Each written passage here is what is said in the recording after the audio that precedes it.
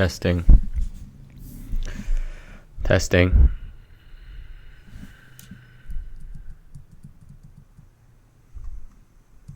Testing.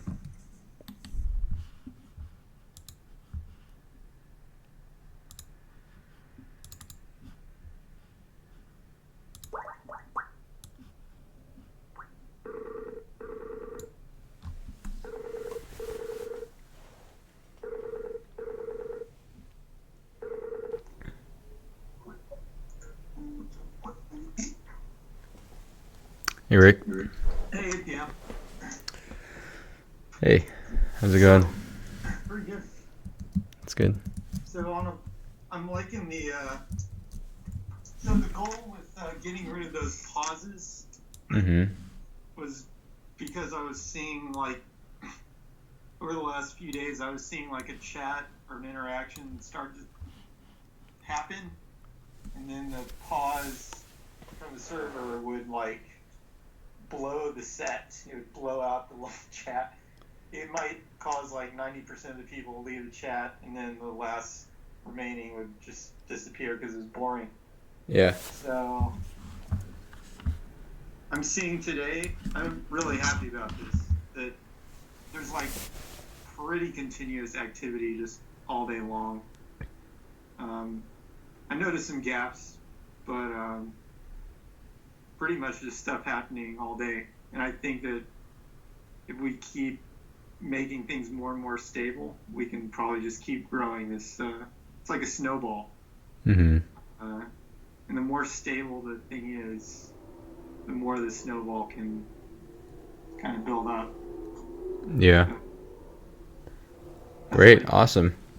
So, can you explain what you changed? Yeah.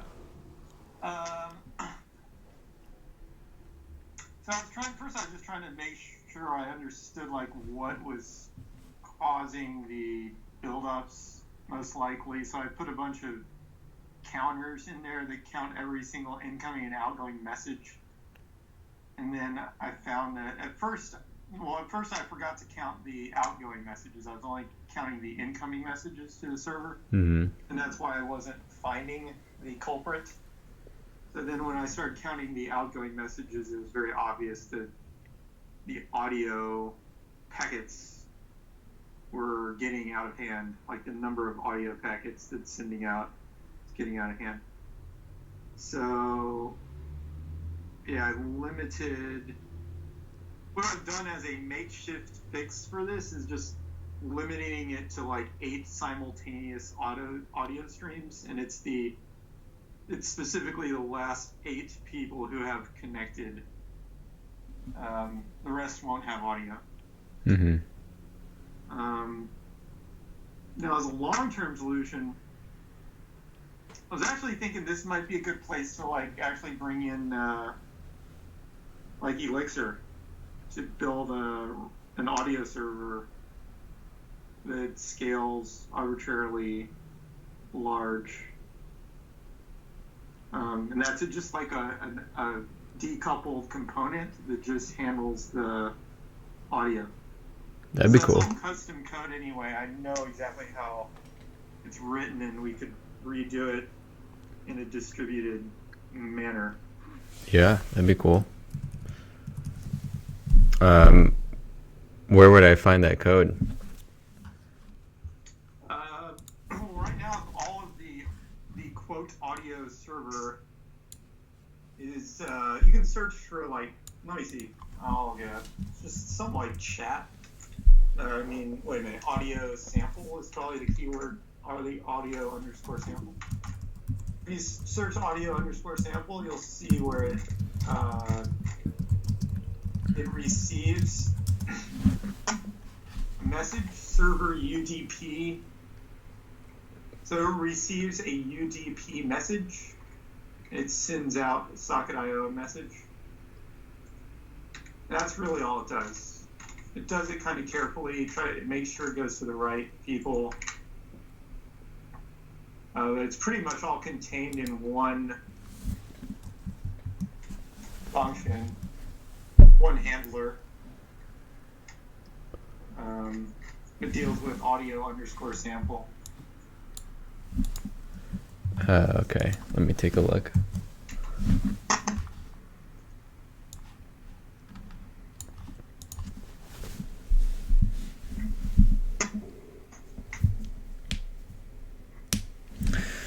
So what is makers.jade? That's not used anymore, is it? What? What's that? Views/makers.jade. That's not used anymore, is it? No, I'm not sure what that is. So let me see. It's probably. I mean, it's not used. Let me just see.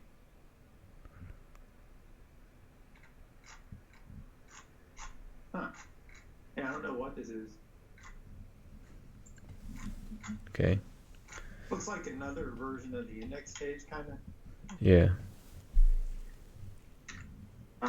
It's not used. Well, maybe we should delete it then. I'm gonna remove it. Okay, that's fine.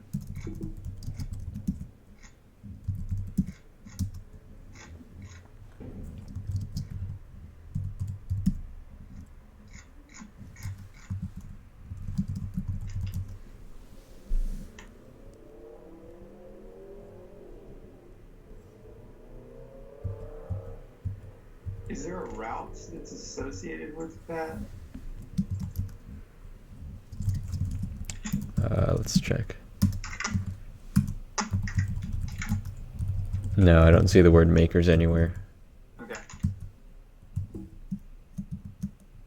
All right. I've also got some. So you got a few notes. Let's see.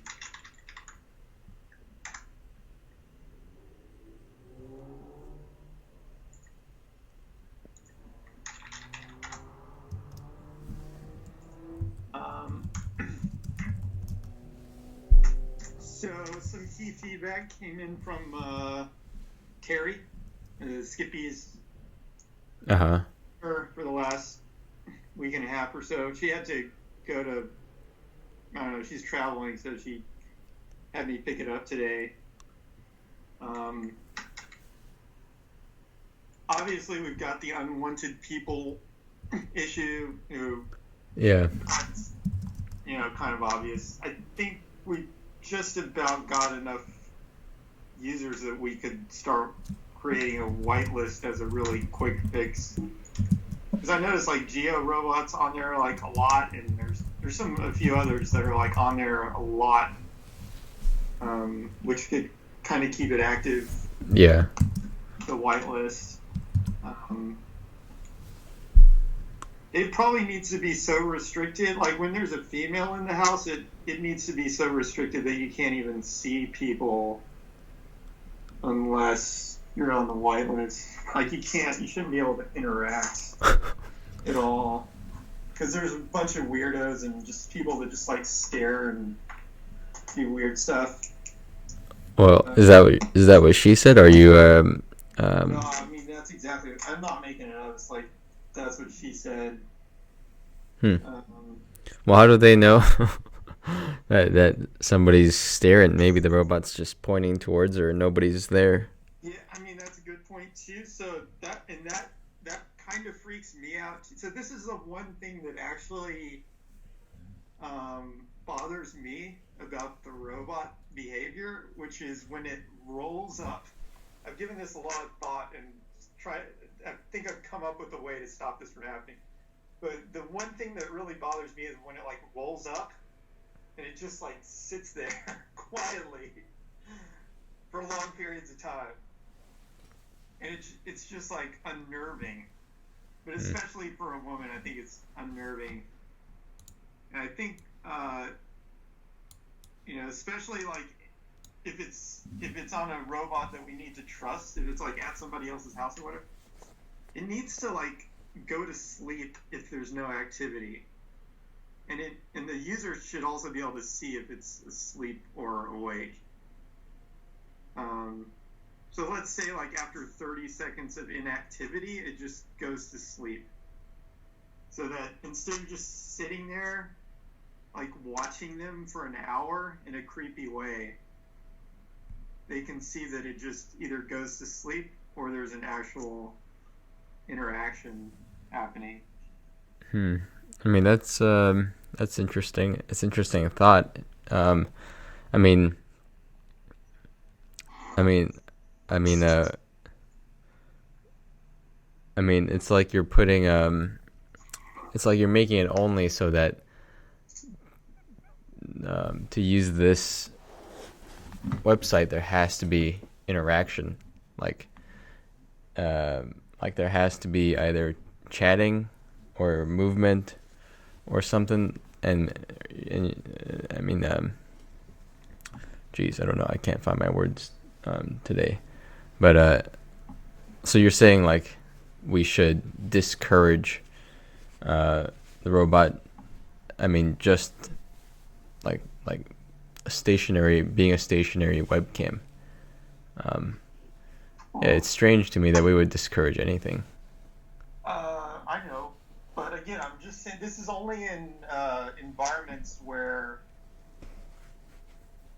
uh, I know that that lurking behavior is going to cause a robot to get shut off. In all other environments, then it's fine. Yeah. Right? It's configurable. Basically, there has to be a solution to these problems that cause people to just shut the robot down. Yeah. And So she said that if the robot's like stationary and like not doing anything, it feels weird, like somebody's watching. yeah, But if it's moving and talking, she doesn't mind that. I mean, somebody's still watching, I know. but she doesn't mind But that. it's the difference between somebody walking into your room and staring at you for an hour silently with no interaction, or somebody walking in and having a conversation with you. It's a huge difference. Okay. Yeah, I mean, yeah, okay.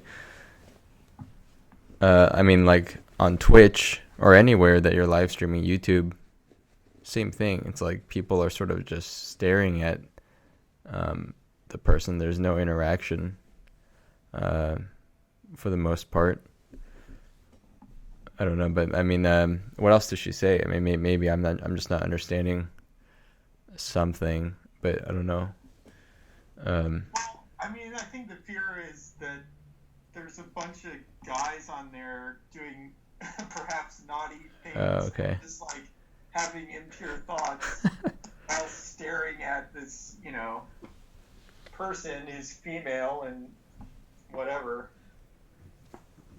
I don't want to get into the nuts and bolts on the live stream here, Nuts. but Nuts and think bolts. about it. No, I know what you're It's saying. more creepy to just sit and stare You're for talking an about, hour. yeah. Even, women are sensitive to guys just staring at them at all, even like in reality. If you stare at a woman for a few seconds without a meaningful interaction, she's already starting to creep out. Uh, I'm not talking about a broadcaster, right? If we put a robot in the place of a person who wants to live stream, it's not going to have that setting, obviously. yeah.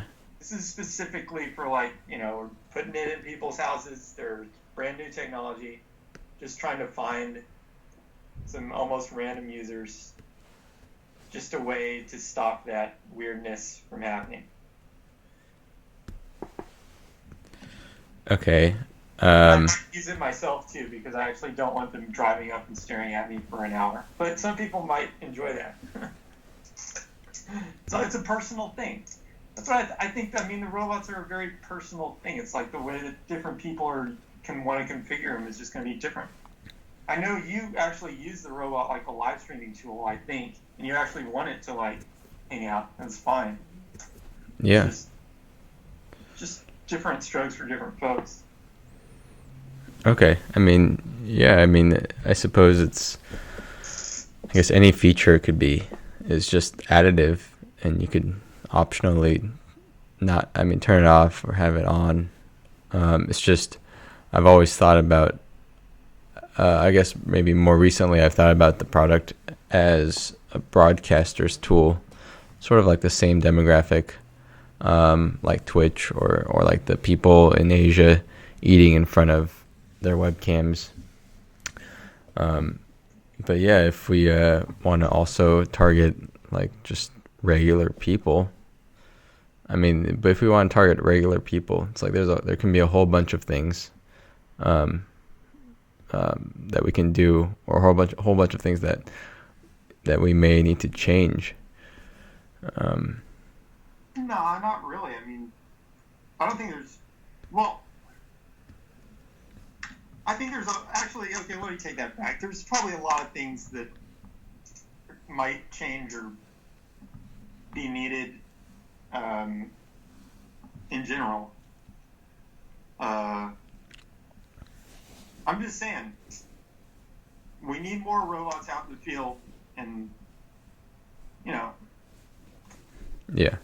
it's like important. Yeah.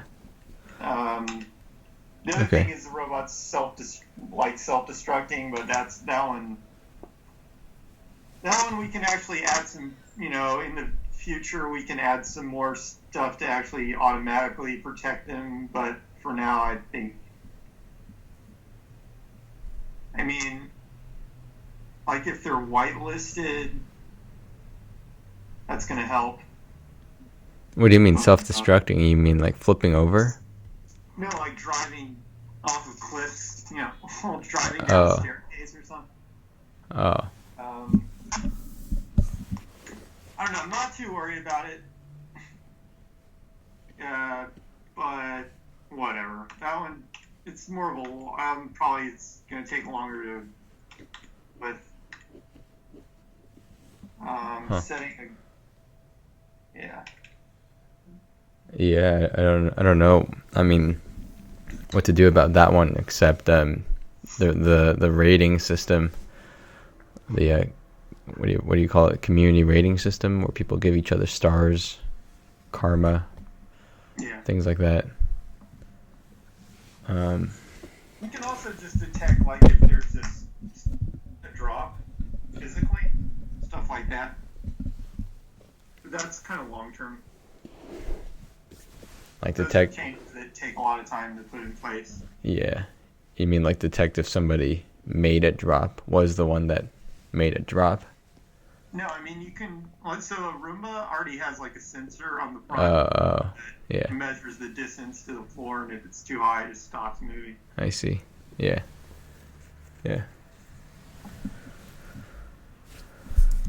All right. Anything else? Did she say anything else? Let's see. So, yeah, that was it. That was the main points that I wrote down. The unwanted people, some of them making just rude comments, like super bad comments. The stalking and the self-destruction were the reasons that she actually couldn't keep it there. It was like too much to handle. Yeah. Those three things were taken care of, and it could have stayed. Huh. Yeah. I guess a light on the robot, maybe that. Well, the webcam has a light. Okay, then yeah, we can do what you're saying about the sleeping. Kind of like the MacBook has that light when your camera's on.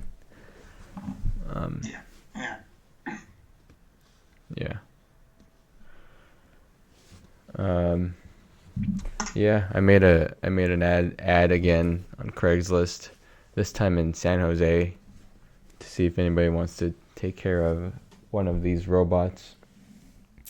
Tomorrow I'm driving up to San Jose. I'm trying to take as much as I can with me, so I'm in the process of moving out right now. Trying to take everything, then I might drive down with my dad's truck, and then really take everything. Mm-hmm. for good. Yeah, kind of sad. Kind of sad leaving Santa Barbara.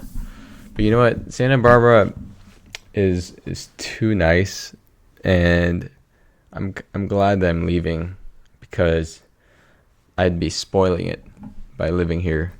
Like this is a place where you come when like during the end game when you've won already, and like that's when you should like um, deserve to live here. Enjoy the spoils of Santa Barbara. But right now, I mean, I've done nothing to deserve such a beautiful place. Um, yeah, I mean, it's probably like one of the most beautiful places on planet Earth. Beautiful, like most beautiful societies, small towns. Yeah. Anyway, it'll be just a place that hopefully will fuel me someday. I want to come back and like really live here on top of a hill or something. Um, but All right. Yeah, it makes sense. yeah, it's too nice. It's too nice.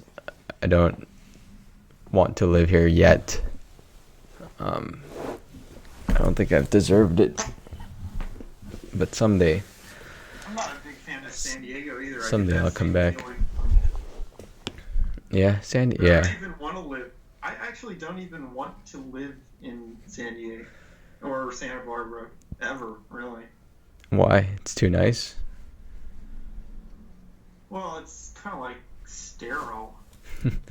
Well, Beyond nice. wait. Nice would be like. Would you say Santa Barbara sterile? I mean, I'm sorry. Would you say sorry? I meant would you say San Diego sterile? That's what I meant. Well, I'll say La Jolla is sterile. San Diego downtown, maybe not so sterile. Yeah, La Jolla, pretty sterile. But I think Santa Barbara is kind of like La Jolla, though. yeah, it is. But I mean, there's a different. I mean, it has that well, it has that Spanish feeling, that like sentimentality about it. It's like it's not just like like giant chains, CVS's, Targets. It's like all small indie shops, small stores. Everybody conforms to the same architecture, Yeah. that kind of thing. So maybe it wouldn't be sterile, even by your definition. I don't know, but I can see what you're saying about like La Jolla or parts of San Diego seeming sterile. I mean, if you've ever been to Orange County, that place feels sterile. There's like nothing unique, not unique, but yeah. Well, yeah. I mean, nothing unique about it. It's just like lawn, perfectly mowed lawns. Yeah. Just the same old stores that you find everywhere. Same architecture, flat land, too wide, too spacious. Yeah, I don't know. It's just like a game of everybody's just playing keep up with the Joneses, white picket fence, golden retriever, lives. It's kind of So my mom hates that too. That's like one of her goals in life was to not end up in the suburbs. yeah. What is Valdosta? Is it like a small non-suburban town?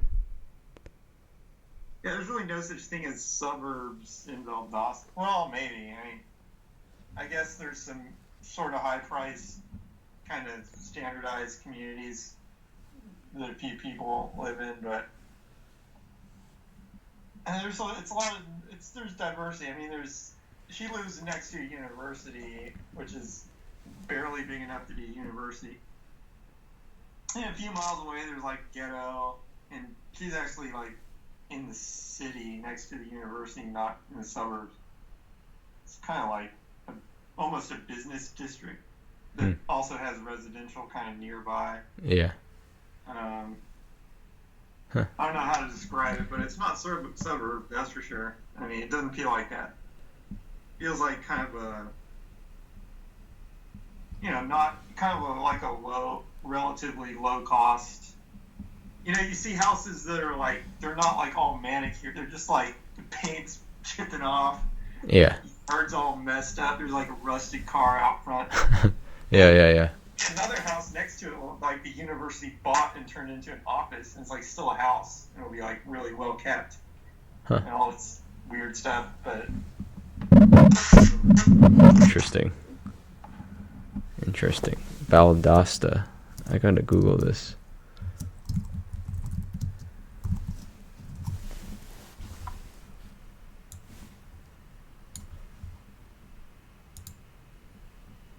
Nice. Oh, it seems nice. Wow. It's not such a small town. It like has a wow. Oh no, that's Atlanta. My bad. Valdosta.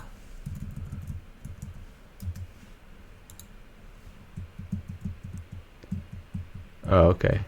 Never mind. I was looking at Atlanta. I was thinking, wow, this town is huge. yeah, Atlanta's bigger than San Diego. Yeah, Valdosta looks nice. It's a small, southern, like pleasant town. Yeah. Nice. Cool. I was working on I was working on the being able to pay out using PayPal, and where I was before today was I had to call PayPal customer service because if you want to be able to pay other people programmatically, you have to use what's called their mass payments API, and you have to be authorized to use that. So I called them, like asking them to expedite the authorization process, and then today got an email that said that we couldn't be authorized. So I called them again, and I called their technical support, and it wasn't very helpful. The guy said that he has no idea why we weren't authorized, and that basically that there's no way to figure out. I asked, like, can you like elevate the situation or something like that? He said no. He said that the mass payments department or doesn't even have a phone number or something like that, and that he's not in that department, so he wouldn't be able to tell us why we were denied that.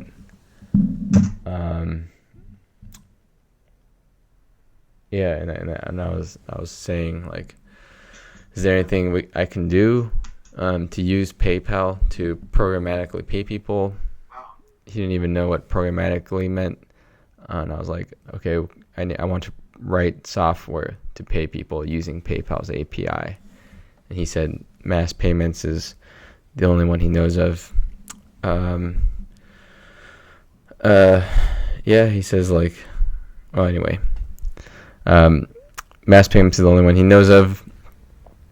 So I was just like, okay, then I might have to use a different service.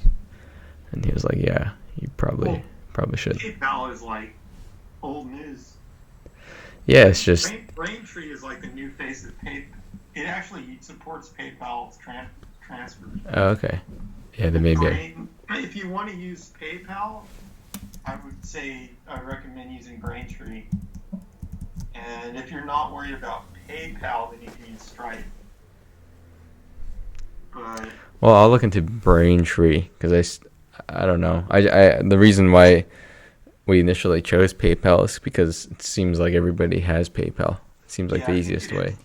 Most ubiquitous. So yeah, I would look into Braintree because PayPal bought Braintree, which means that Braintree has, I believe it's fully integrated with PayPal, and it's the only like modern service that's fully integrated with PayPal. Okay. Yeah, I'll have to look into that.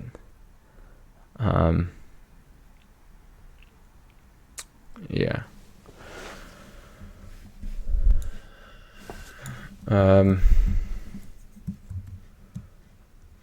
I did something else,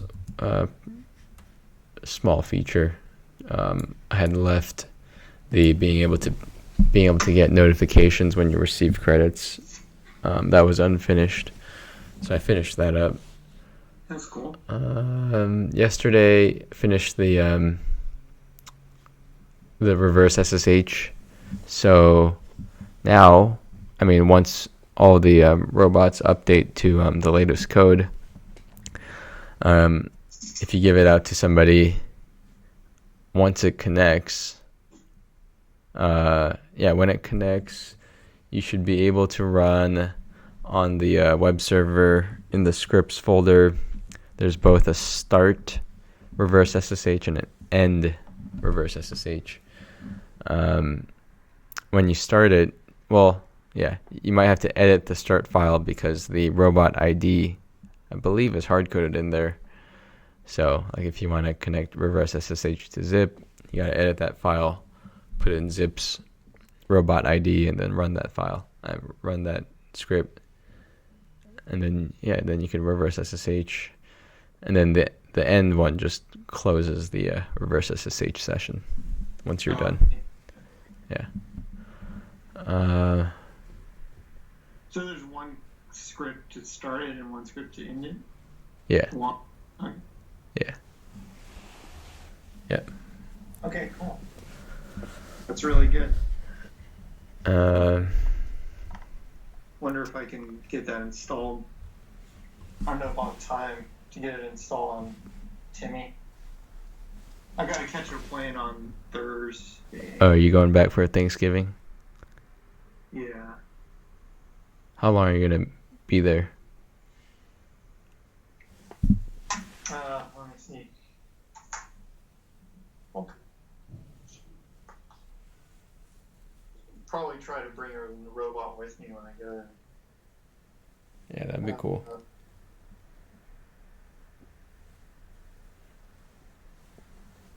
Are you gonna see your nephew and Mikey? Yeah. Cool. I think so. So let's see. I did my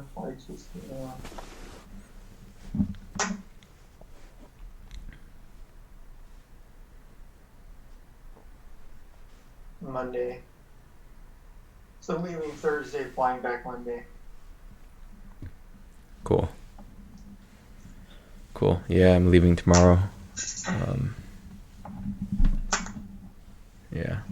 Hopefully I'll still be working on stuff on this project. It's not like I'm gonna. At least I'll try to. I mean, it just depends on if I can get it like an internet connection or something, which is non-trivial, but. It's non-trivial in Valdosta at your parents' house? Well, my parents also aren't normal technology people. They're like 50 years behind everything. So. Yeah. That's what makes it tricky. Yeah. But. Yeah. I mean, I'll get bored if I'm not working on this. I'll actually want to be working on it. Yeah. Yeah. I also tried to use Blender. Do you know the program? It's an open source program for 3D animation, and I was reading people also use it for CAD. CAD? Is that how you? Yeah. People use it for CAD design, CADing. So I looked into it and tried to learn it. But I'm thinking maybe we should just use the same software. Maybe that'd be better, or maybe, I mean, you can make the argument that we should use different software, because I don't know, we might discover features of from another software that the other doesn't have. I looked into SolidWorks. Looks like it's paid. Looks like it's a paid program, and I looked to see if there were any available free copies on the internet, on various sites. There are.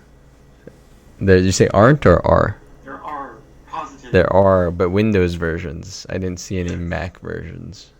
Yeah. It only, I think SolidWorks is only for Windows. Oh. If you're Okay. looking for a Mac, yeah, there is no Mac version of SolidWorks. Okay. But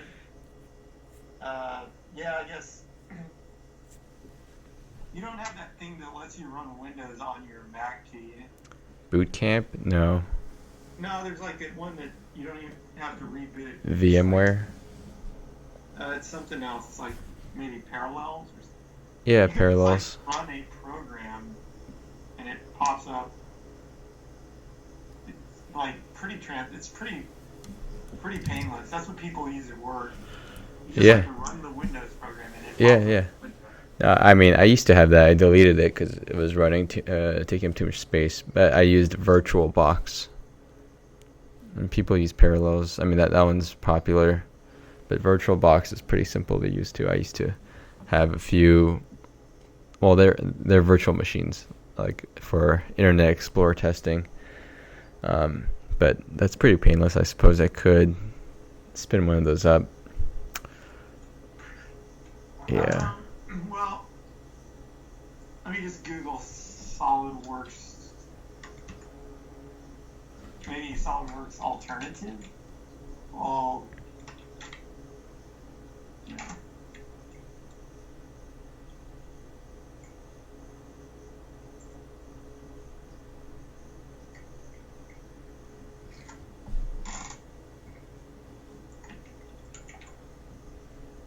It's saying FreeCAD. I don't know what the heck that is. Let's see. The FreeCAD. I don't know, but I really think we should use the same tool. And let me put it like this: SolidWorks is a lot easier to use than Blender because I've played with both of them. Oh yeah. SolidWorks is a very fine-tuned tool for doing stuff like this. All it's really for is building parts. You can add like a screw hole, and it'll like draw out the threads. It's made for this, like really good for this kind of stuff. Whereas Blender is this. Not only is it for like 3D modeling cartoon characters, which makes it different in terms of the interface, but Blender also just kind of has a strange interface altogether. It's even kind of strange compared to other 3D modeling tools for cartoon characters. Yeah, that's what I've read. All right, well, I can try SolidWorks. Why were you using Blender? Was it just to test experiment with 3D printing, or was it for 3D modeling? Were you into 3D modeling at some time? I was kind of into 3D modeling. Okay. Cool.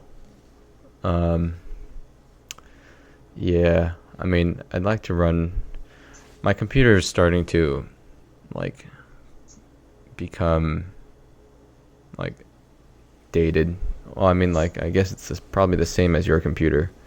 But I'm just worried, like, if this, like, the mouse is already on its way out, sometimes it gets jammed. I mean, the trackpad.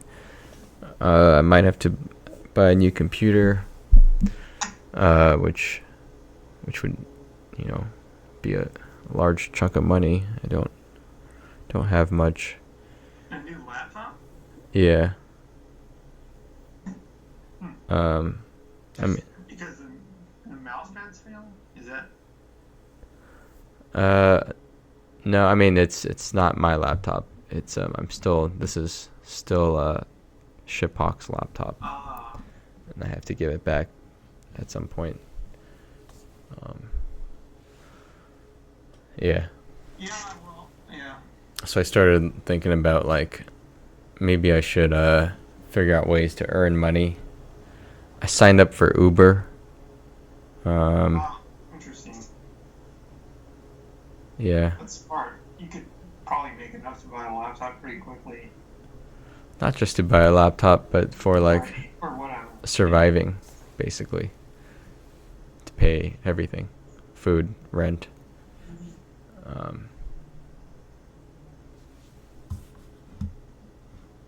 Yeah.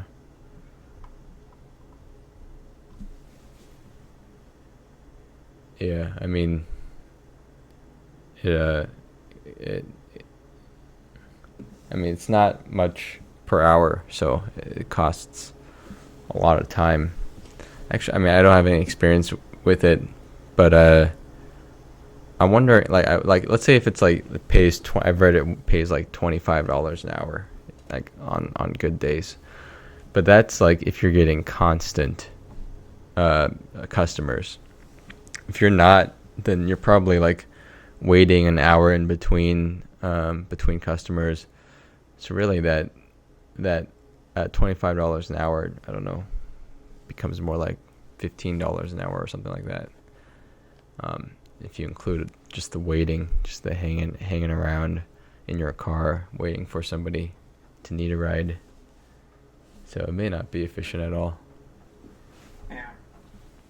Yeah. My guess would be if you only do Uber during the peak times when they're jacking the price up to like 1.7 times normal, 2 times normal. Like if you only drove during those times, I think one, you'd be pretty much guaranteed that somebody would want a ride, and it might even pay you more.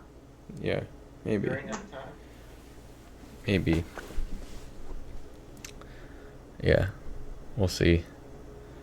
But yeah, I mean, like, a lot of things that I need to take care of. Finding an apartment in San Francisco, moving all my stuff, getting like a side hustle, maybe driving Ubers, probably. What was it? What was something else? I don't remember. Yeah. Anyway.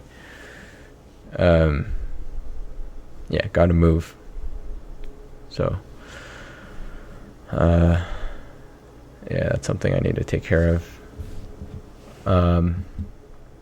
Anyway, I was looking at the backlog today, the list of tickets, and I was thinking about which one I should start next.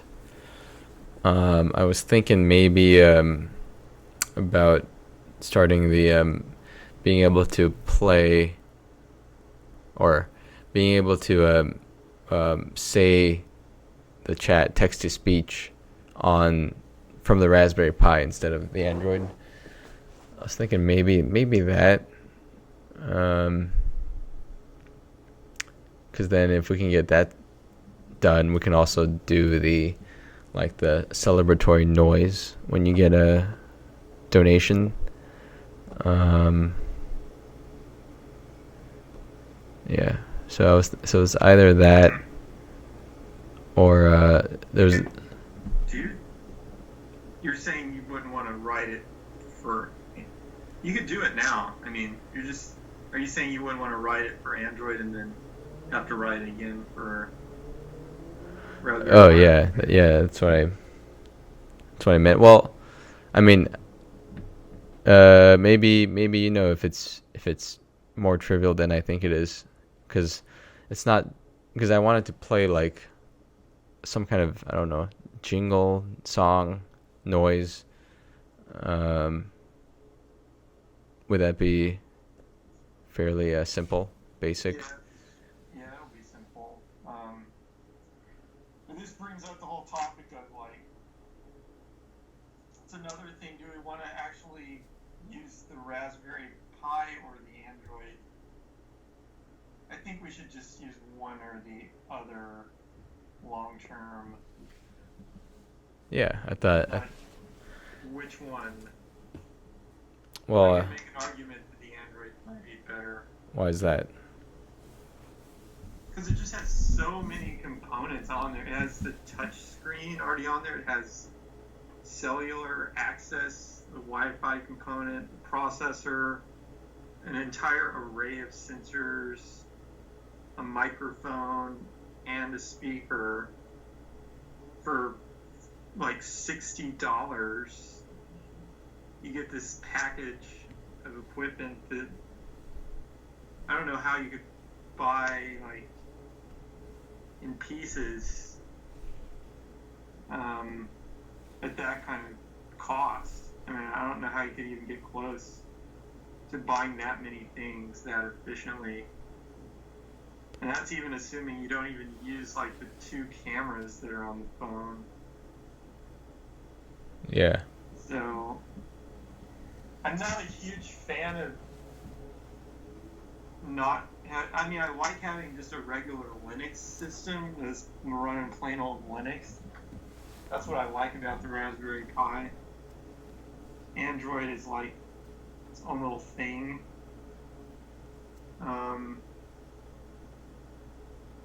However, I mean, we wouldn't be the only one to be like utilizing that route of sort of, and in fact, Google's coming up.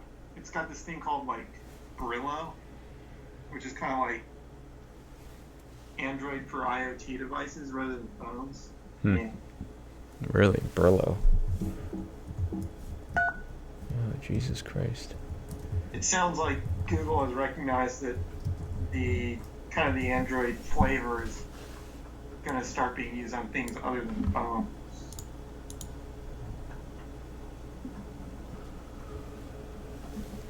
Huh.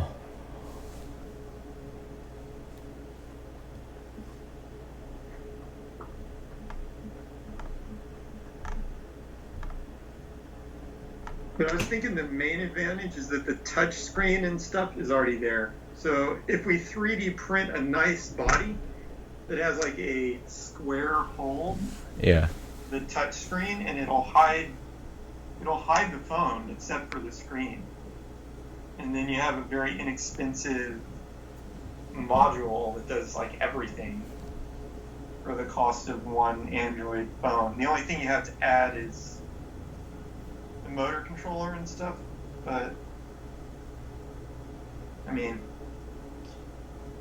you know, to basically to interface with the motor, you need this thing called, there's different ways, but a good one is this thing called well, actually you could throw a Raspberry Pi on there just as an interface, actually. But anyways, if you don't want to use a Raspberry Pi, there's also this thing called the IO, made just for interfacing Androids to motors and stuff, motor controllers. Huh. IO.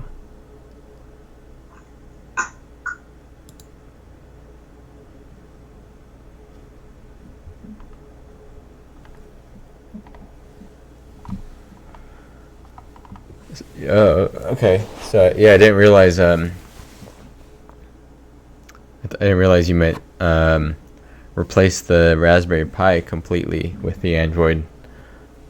Yeah, that's an interesting idea. I didn't think about that. I just thought about it either as the Pi plus Android or just the Pi.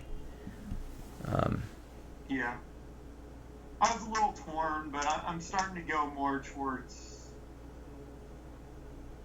just using the Android. And I also read that the company, what's it called? There's a company that makes this little robot ball. It's the most popular robot on Amazon. It's just a ball that like rolls itself around. And they started out by basically gutting an Android and 3D printing a ball around it.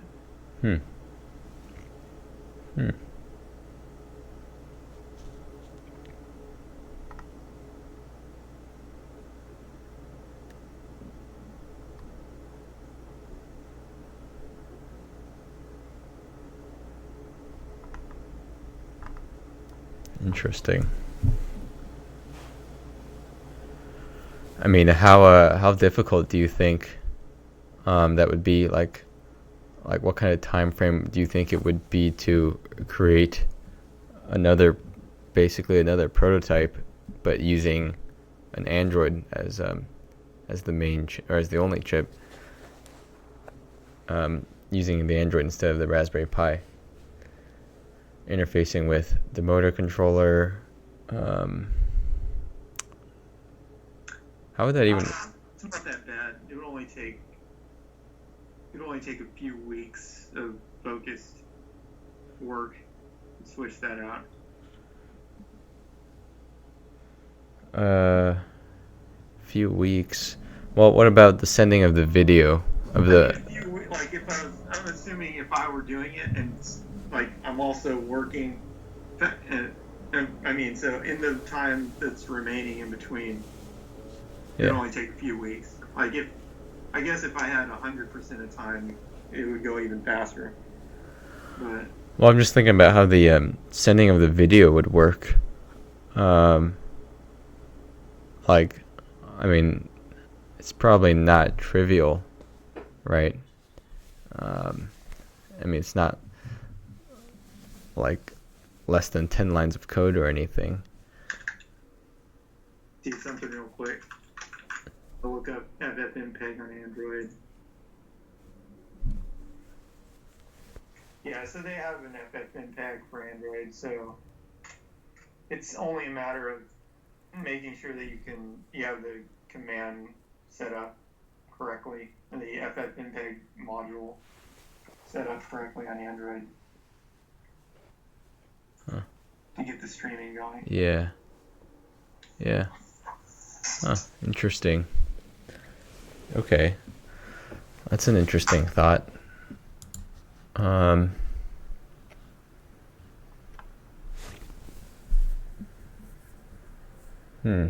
Okay. Well, I'll write a ticket to think about it some more. Or how about scope out what it would require Yeah. to move to. Another thing that makes it attractive, well, just from a example based standpoint, is there's this other robot on Kickstarter, which is basically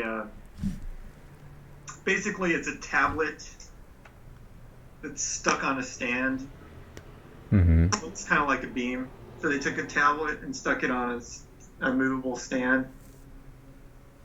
And it has a little bit of AI and like an artificial face on the tablet. Got a lot of Kickstarter funding. And that thing, I believe, runs on Android. I'm 99% sure, but it definitely runs on like a cell phone. That's what I remember. I don't think it's iOS, so it must have been Android. But I remember it was running on like a cell phone operating system completely. So. Okay.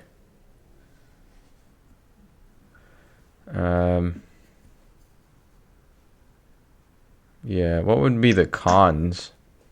I mean, I guess other than the fact that we've already done a lot of development on the Pi, but what would be the cons? Can you think of any for going with Android? Even that, I would say, is a very small con because that particular Python script is not very complicated. Yeah. But I really, there's a little bit more cost in terms of interfacing with the motor. But I think you're definitely going to save that just by using the Android and having all those sensors for such a low price. It's like you might pay like $20 more to connect it, but then you'll save like probably $100 or more with all those components. And it's just easier because they're all connected already, and the software gives you access to everything really nicely. But that's advantage. So cons. I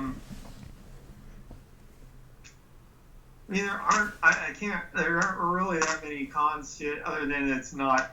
It'd be nice to just have pure Linux. Yeah. But that's kind of a small con because Android is so popular. Yeah. So, like, if you need OpenCV for Android, it exists. If you need, like, FFmpeg for Android, it exists. I don't know of any tool that we need that does not exist for Android. Yeah. Yeah. All right. It's also, Well, since it's all like in a package, you don't have control of how the sensors are aimed. They're kind of like all locked into place. So, I mean, when we become the next Apple, I would not use an Android phone anymore. At that point, I would just buy all the parts from China and like rearrange them. But Yeah. for now, I think it's a great way to get a really nice, cheap bundle of parts already all put together at a very low price and go from there. Yeah. Okay. All right. I mean, that sounds good. Um, yeah. I mean, it'd be fun to work with Android, Yeah. and it gives me an excuse to buy an Android phone, a good one, because my iPhone it's so annoying. Like I think I told you, it only charges in a very specific way. It's ridiculous. It takes like 15 minutes every night for me to like move the charger, like looking for that sweet spot. Like it has That's to. messed up. What's I that? was thinking about it. That's messed up. I was actually thinking about your charger. Yeah. I was just thinking, like, humans have been making plugs for probably 1,000 years, and they still can't make a plug that lasts. Unlike the BMW of cell phones, they still can't make a plug. And by the way, Steve Jobs said that was like Steve Jobs said he's going to do like the BMW of computers. BMW of It's computers. like you still can't make a plug. Well, I mean, it's probably me. Like I probably didn't take good care of it, or like something got in there. Maybe like it's water damage or something. I don't know. I mean, it used to work fine. It's not your fault, man. Well, because they all wear it. So the USB ones are even worse, probably in terms of wearing out. But I don't know. Huh. I don't think that should be the first thing to go on a phone, considering we've had like 1,000 years to figure out how to solve that problem. Yeah, there's some conspiracy theories that Apple, what is it called? Planned obsoleteness or something. Some conspiracy theories that some people think that Apple somehow designs or programs something in their devices. I think it's called planned obsoleteness or something, so that every couple of years they just break down, like by as planned. They break down as planned, so that people have to buy the next iteration. Yeah.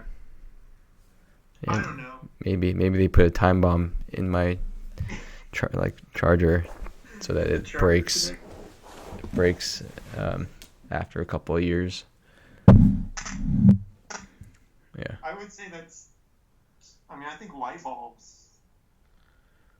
Definitely. I think there was just no. Maybe there's just no reason for the manufacturer to make it any better. It's just like they might have a research team that can make the filament last for 10 years, but why would they even pay them to make it happen? Well, They'd just be losing money.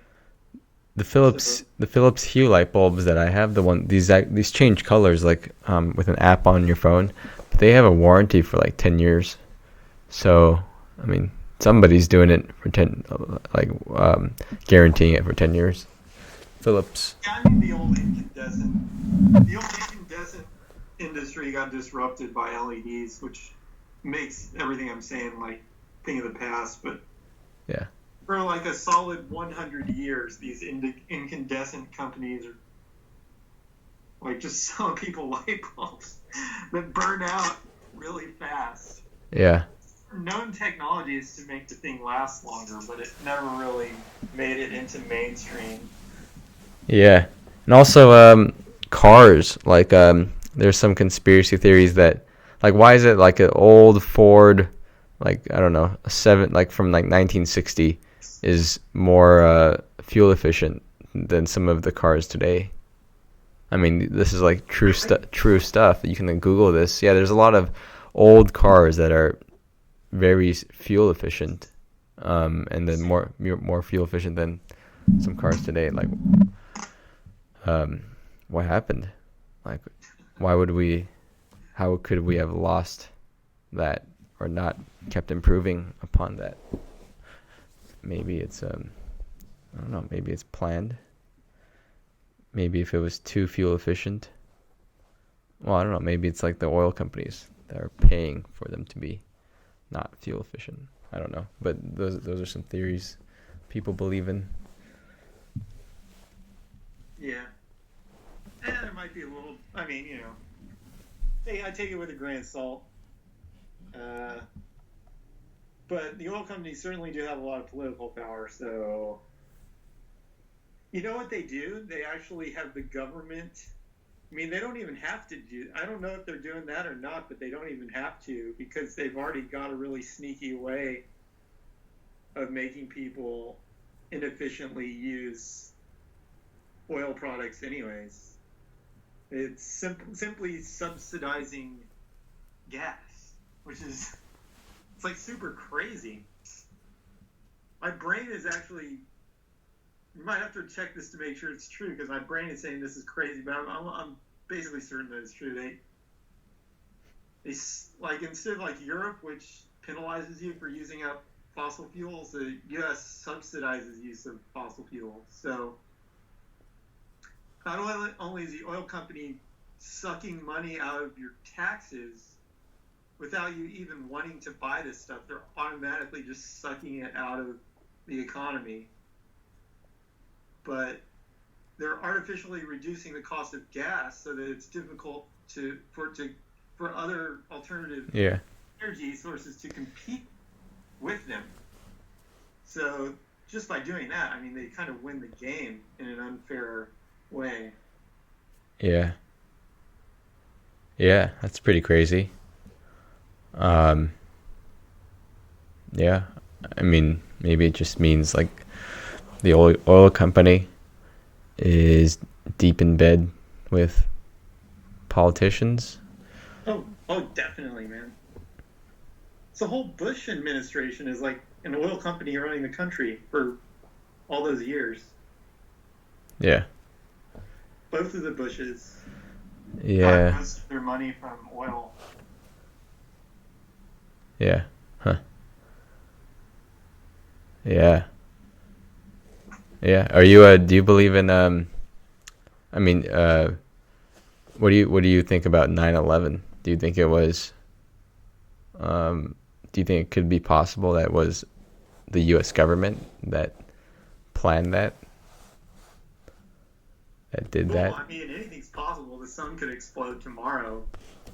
But, I mean, do I really think, I mean, I don't know.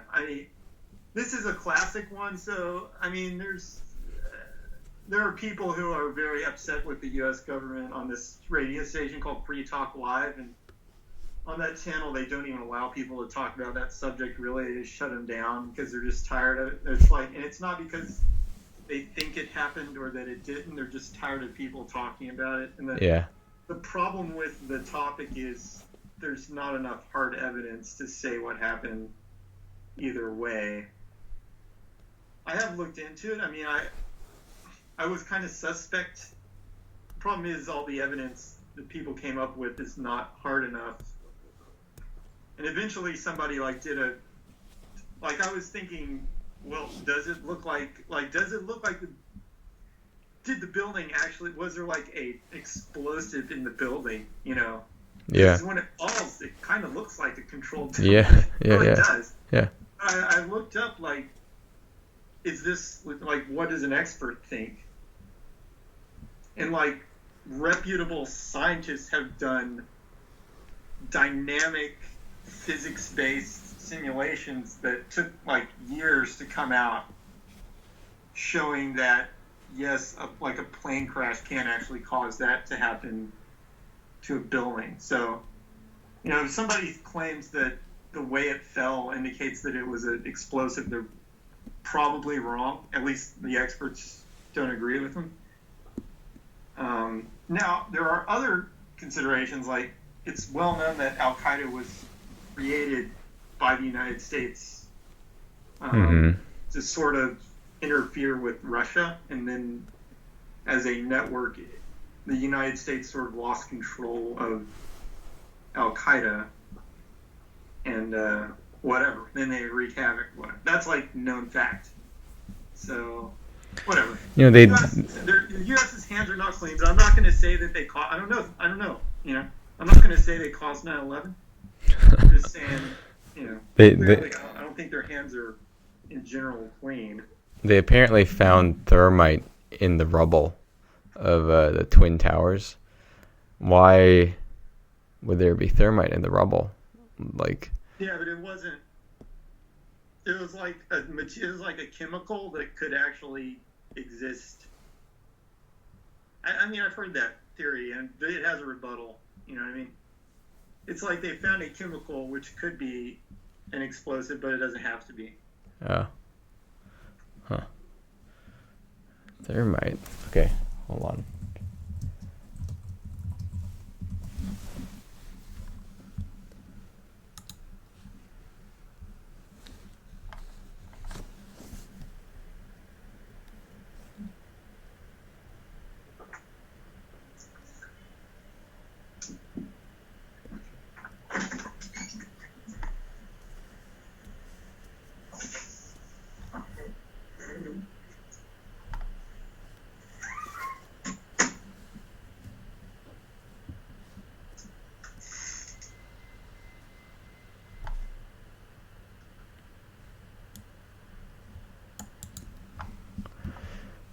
Yeah, who knows?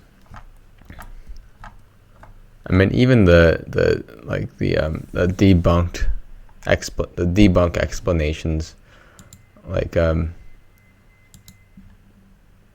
somebody could debunk those. I mean, like if somebody could write even like just a complete like bullshit rebuttal, and a lot of people like me probably wouldn't, be knowledgeable enough to tell the difference. Like, I'm not gonna look into all the detail of like the chemical properties of thermite or whatever. Like, most people, they just read it online, they skim an article, and then they make their judgment. So if somebody were to just completely make a bullshit, just make stuff up to make a rebuttal of this or that, it could be believed. Yeah. Yeah. So I have no idea what to believe. Yeah. Either way, it could. Yeah. I don't know if you dig. Yeah, this is one of those things where I don't know if even if you dig really deep, I don't know if there's a real answer. But why did the United States go and attack Iraq when Iraq wasn't the source of the terrorist threat anyways? I mean, there are I don't think it's worth arguing too much about like who caused the attack on those Twin Towers, because it's not certain enough. I mean, it's good that people try to figure it out. Hopefully they'll get more and more evidence. Maybe it'll become clear one day. But I don't think it's clear enough to call. And like, if you want to do something about the underlying issues, you've got plenty of very hard examples that you can use to talk about those issues. No point in relying on a soft one.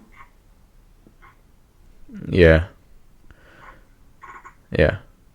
I mean, the way my mind works, like, I can't even like remember facts. I can't remember things anymore, just in general. So, like, if I were to read like a bunch of arguments for one argument or another, I could read a whole bunch of facts that support one argument or another. Like, it would do me no good. It would just all sort of be boiled away, and all that's left is just like this feeling. Like, I feel one way or another. It's really just a consequence of my deteriorating memory.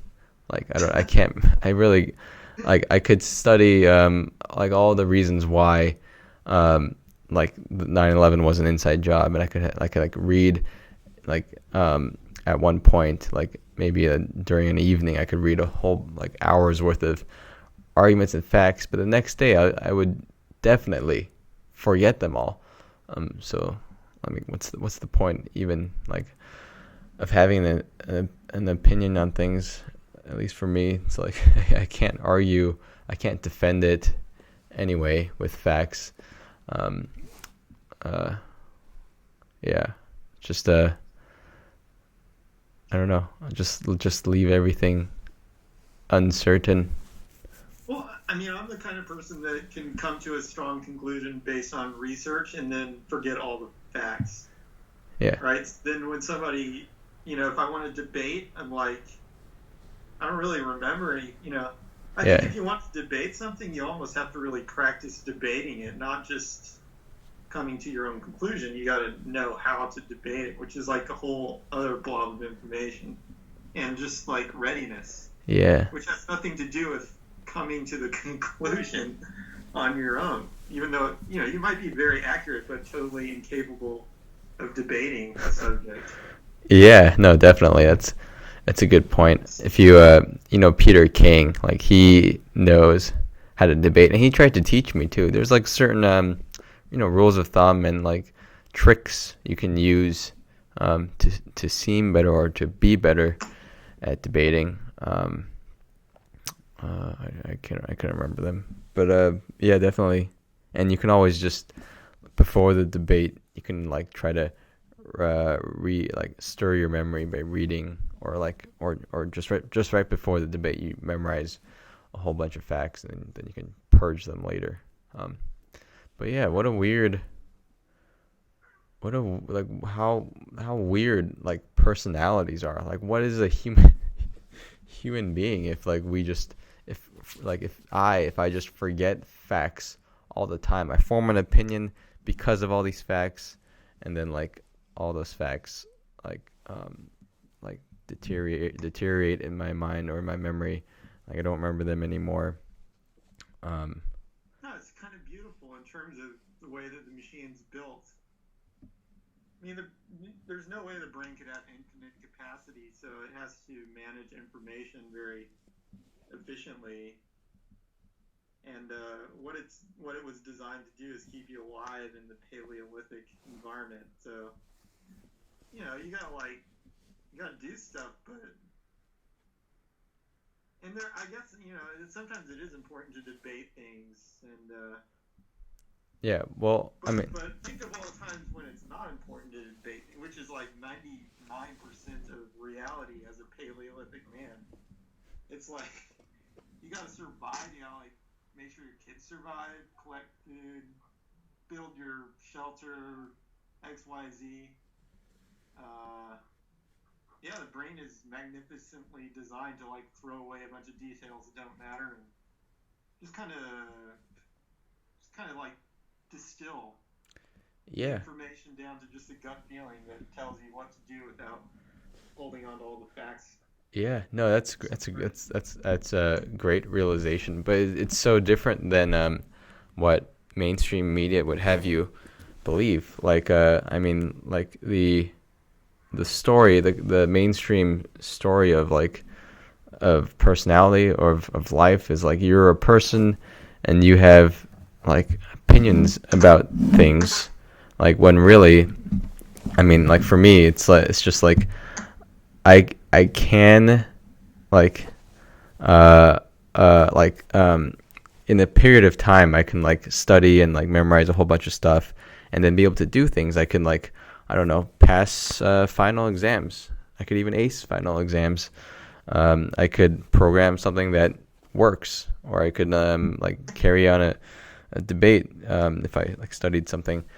But then I just purge all of that, like not because I want to, because I can't keep all that in my head. But like the next day, it's like all gone. Like after the final exam, it's like physics. I spent 5 years actually studying physics and math, and then like now, I haven't used it a lot, but like now if like you flip to some page in a physics textbook and ask me whatever, and like what are the chances I'm gonna know? So it's like, was it of any use anyway? Was it of any use And like yeah. Anyway, my point is, like, we can like you can use a period of time to like gain information, and then in that period of time you can use it for something to do work. But then after that period is over, it's like you purge all that information, you lose that information, and then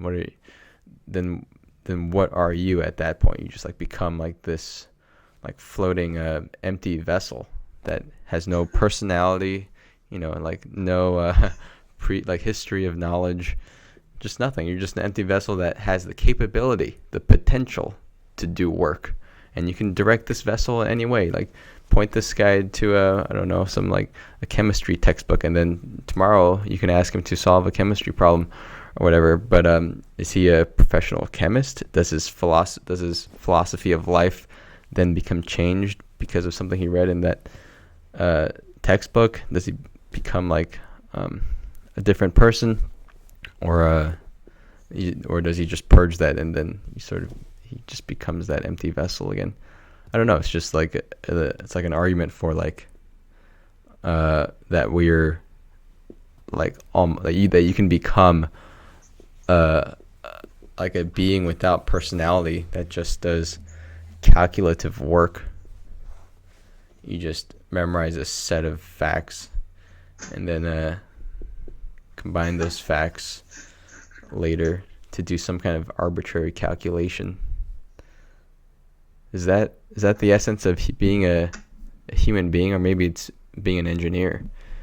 Just memorize some arbitrary facts temporarily so that you could solve some arbitrary problem, and then purge those facts, and then you're going to be given another set of facts. Rinse and repeat until you die, and then rot away in your coffin. That's a bleak interpretation of life. I mean, for one thing, I think your personality are pretty much genetically determined. So I don't think you're losing or gaining personality. Now, some people might disagree with me on this, but I don't think you're losing or gaining personality much throughout your life. If your childhood's like really bad, it probably just shuts some things down. But I mean, if it's like normal, I mean, your personality is what it is. At the core.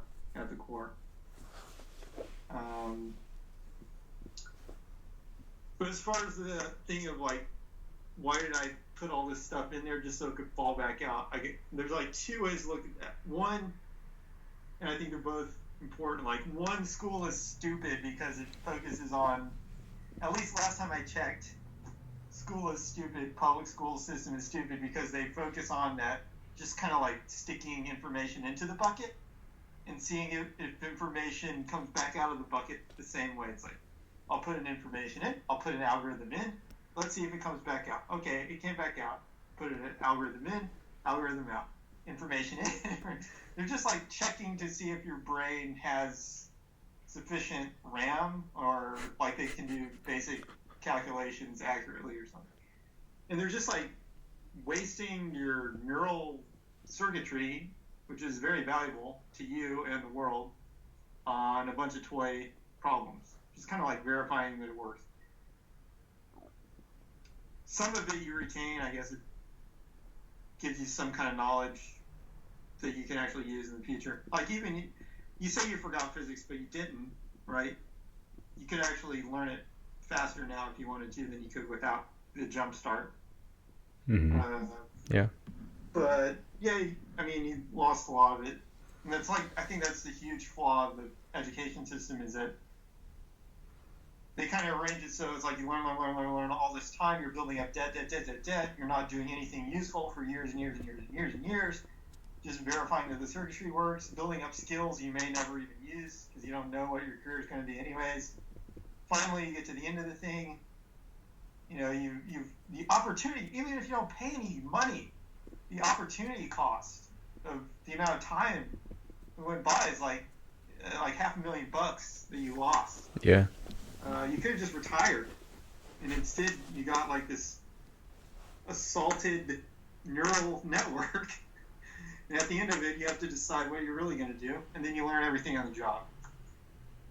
Yeah. It's like you learn all the skills you need when you're doing them anyways, 90% of the time. Yeah. So, yeah, system's messed up. Yeah. Yeah. I mean,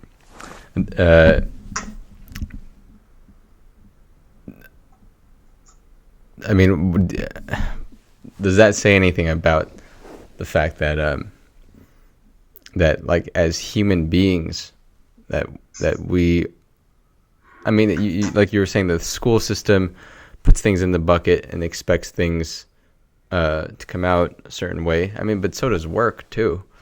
Like in work, you learn this language or whatever, learn these, I don't know, whatever it is, and so that you can solve this thing. And then after that, you're given a different problem. You got to learn other stuff. I mean, that's like, it's all throughout life. It's kind of a bleak or depressing way to view existence, or to view view problem solving. Actually, I don't really understand what's good or bad about. So I kind of like the way that you can just quickly learn stuff and use it. You don't have to worry about memorizing it, which takes much longer. If you had to like memorize it and commit it to extremely long-term memory, it would take like 100 times as long. But I guess that's what the like the mainstream perception is, or at least like what you grow up as a kid thinking life might be like. It's like it's like the romantic, like fantasy version of life is that like everything you learn is stored permanently, and like that's your personality. It's like this long accumulation of like of everything, and everything would be stored permanently. Yeah, that's sort of what. Yeah, I guess schools kind of push that because it justifies their existence. But yeah, the idea that you're just gonna like, and why would you even do that anyways? I mean, to me, the important thing about life is doing either having fun or, you know, doing something that creates value for people, one or the other.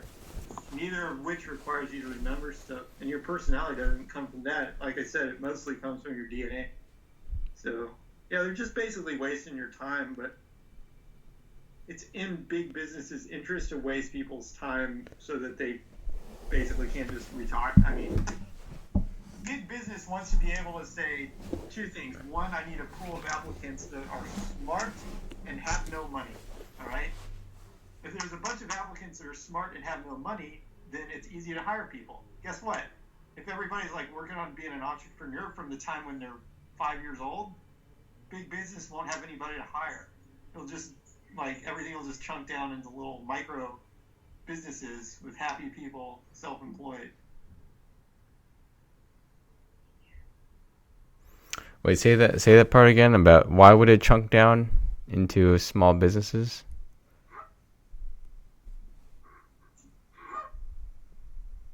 No, I'm kind of exaggerating, but it's not really that hard to make a small business if you put your mind to it.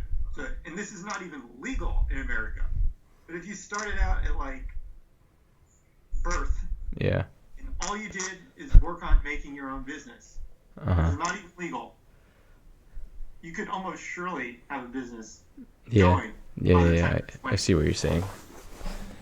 Yeah. But by making that illegal and making it very difficult, the government has kind of ensured that there will be a bunch of people that work corporate jobs. And guess who controls the government? Corporations.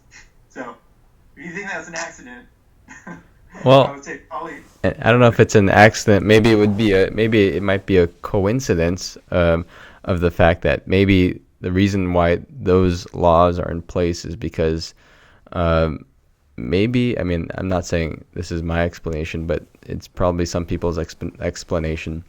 It's like when you're young, you're too naive, and they don't want you to like commit yourself to anything before you experience like the whole gamut of things. And then once you have, like then you'll be able to make a Okay, better decision of what you want to sure. do. Let me just go ahead and say school is not a whole gamut of things. School is a very focused set of things, some of which are useful, a minority of which are useful, a majority of which are completely useless.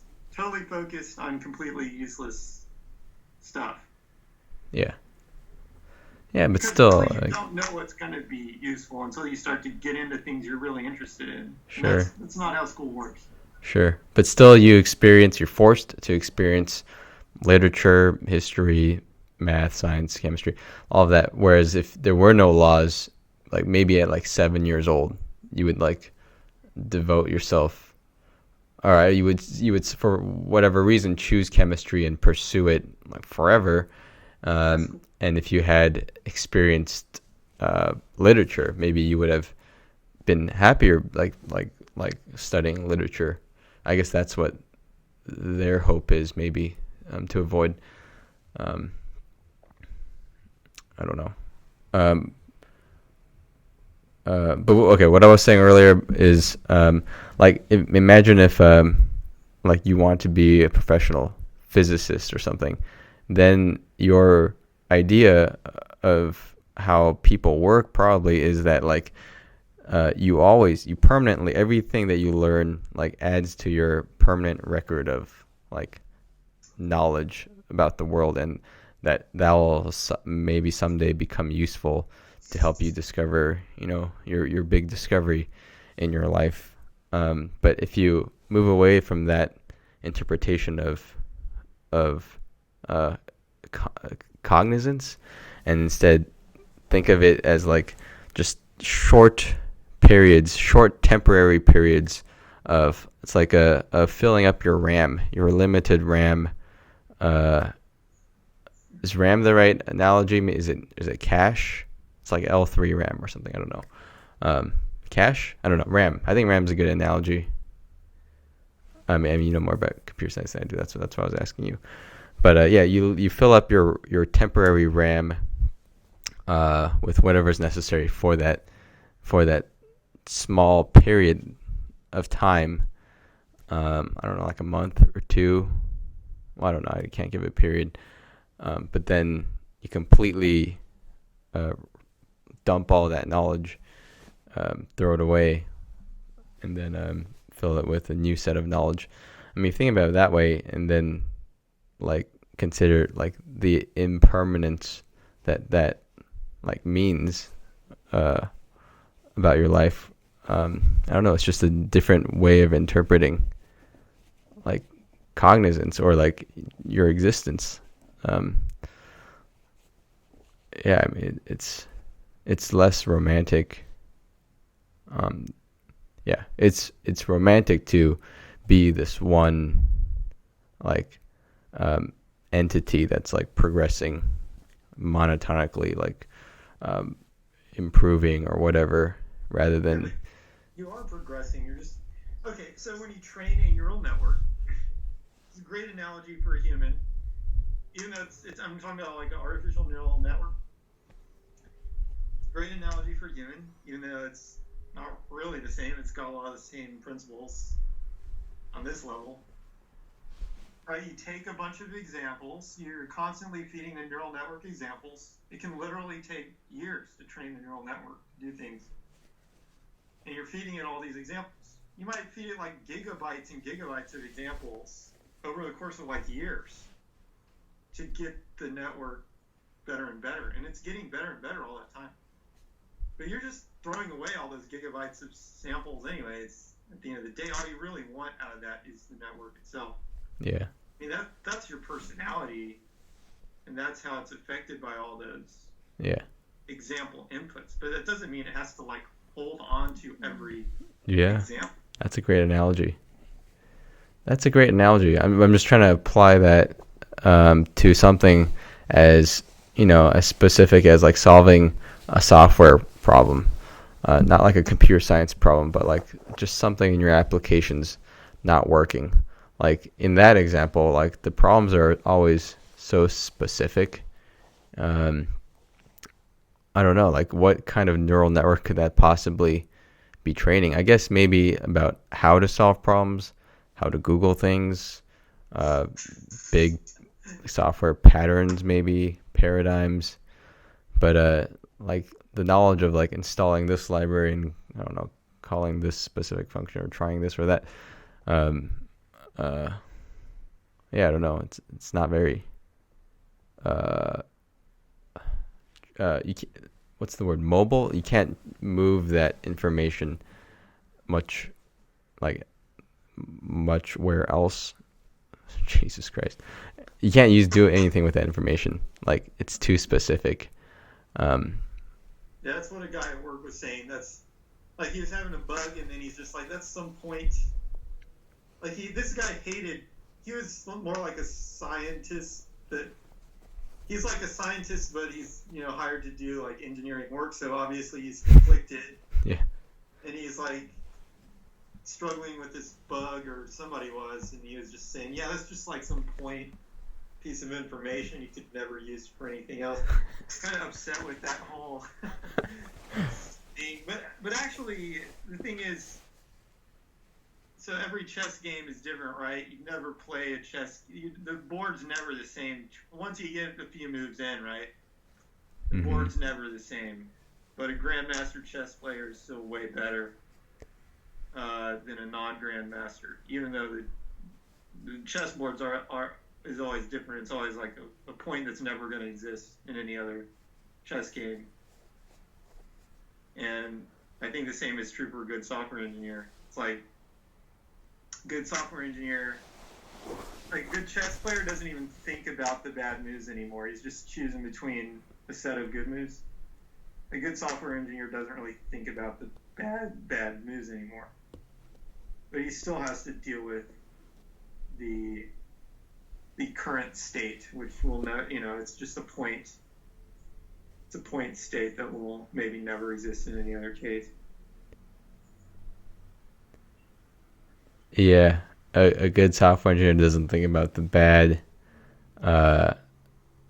cases anymore, the bad routes anymore, the bad moves anymore. Yeah.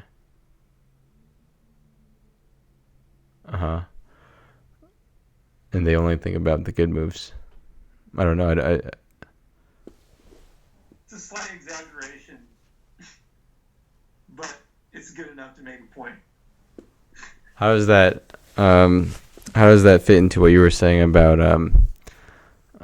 like a chess game is never the same? As a software engineer now, I'm like way better than I was when I was like 18 years old. Like when I was 18 years old, I could write software, but I wouldn't go nearly as fast as I would now. It's not just because of like speed of typing or something like that. It's because now I know how to just avoid a bunch of pitfalls before they even happen. Yeah. Okay. Yeah, I think I see what you're saying. But what about the fact that you were saying that a chess game, like once you're a few moves in, like a chess game is never the same. I'm just trying to think how that analogizes to a software engineer. It's like all of our problems are very unique, are very specific. Yeah, I guess that's how it could analogize. Just the state of the board is just, you could map that to the state of the problem that you're trying to solve. Yeah. Well, a chessboard has, a certain number of states, and your code base also has a certain number of states. Code base obviously has a lot more states than a chessboard, but it's still a finite state that you're altering to get from point A to point B. Yeah. Yeah. Yeah, I guess that's a good point. What you were saying about you're throwing out the gigabytes of data, but still there's still some semblance of meaningful change. It's in the neural network. Yeah. And by the way, I'm to justify what the school is doing, because what they're doing is essentially like if you try to train a neural network to do like one thing, and then you try to take the same network and train it to do something else, and then the same network and train it to do something else, then it doesn't perform as good on like the first task than it did before. Yeah, like it might generalize, but it might not. And it's not necessarily useful to do that at all, but sometimes focus. I mean,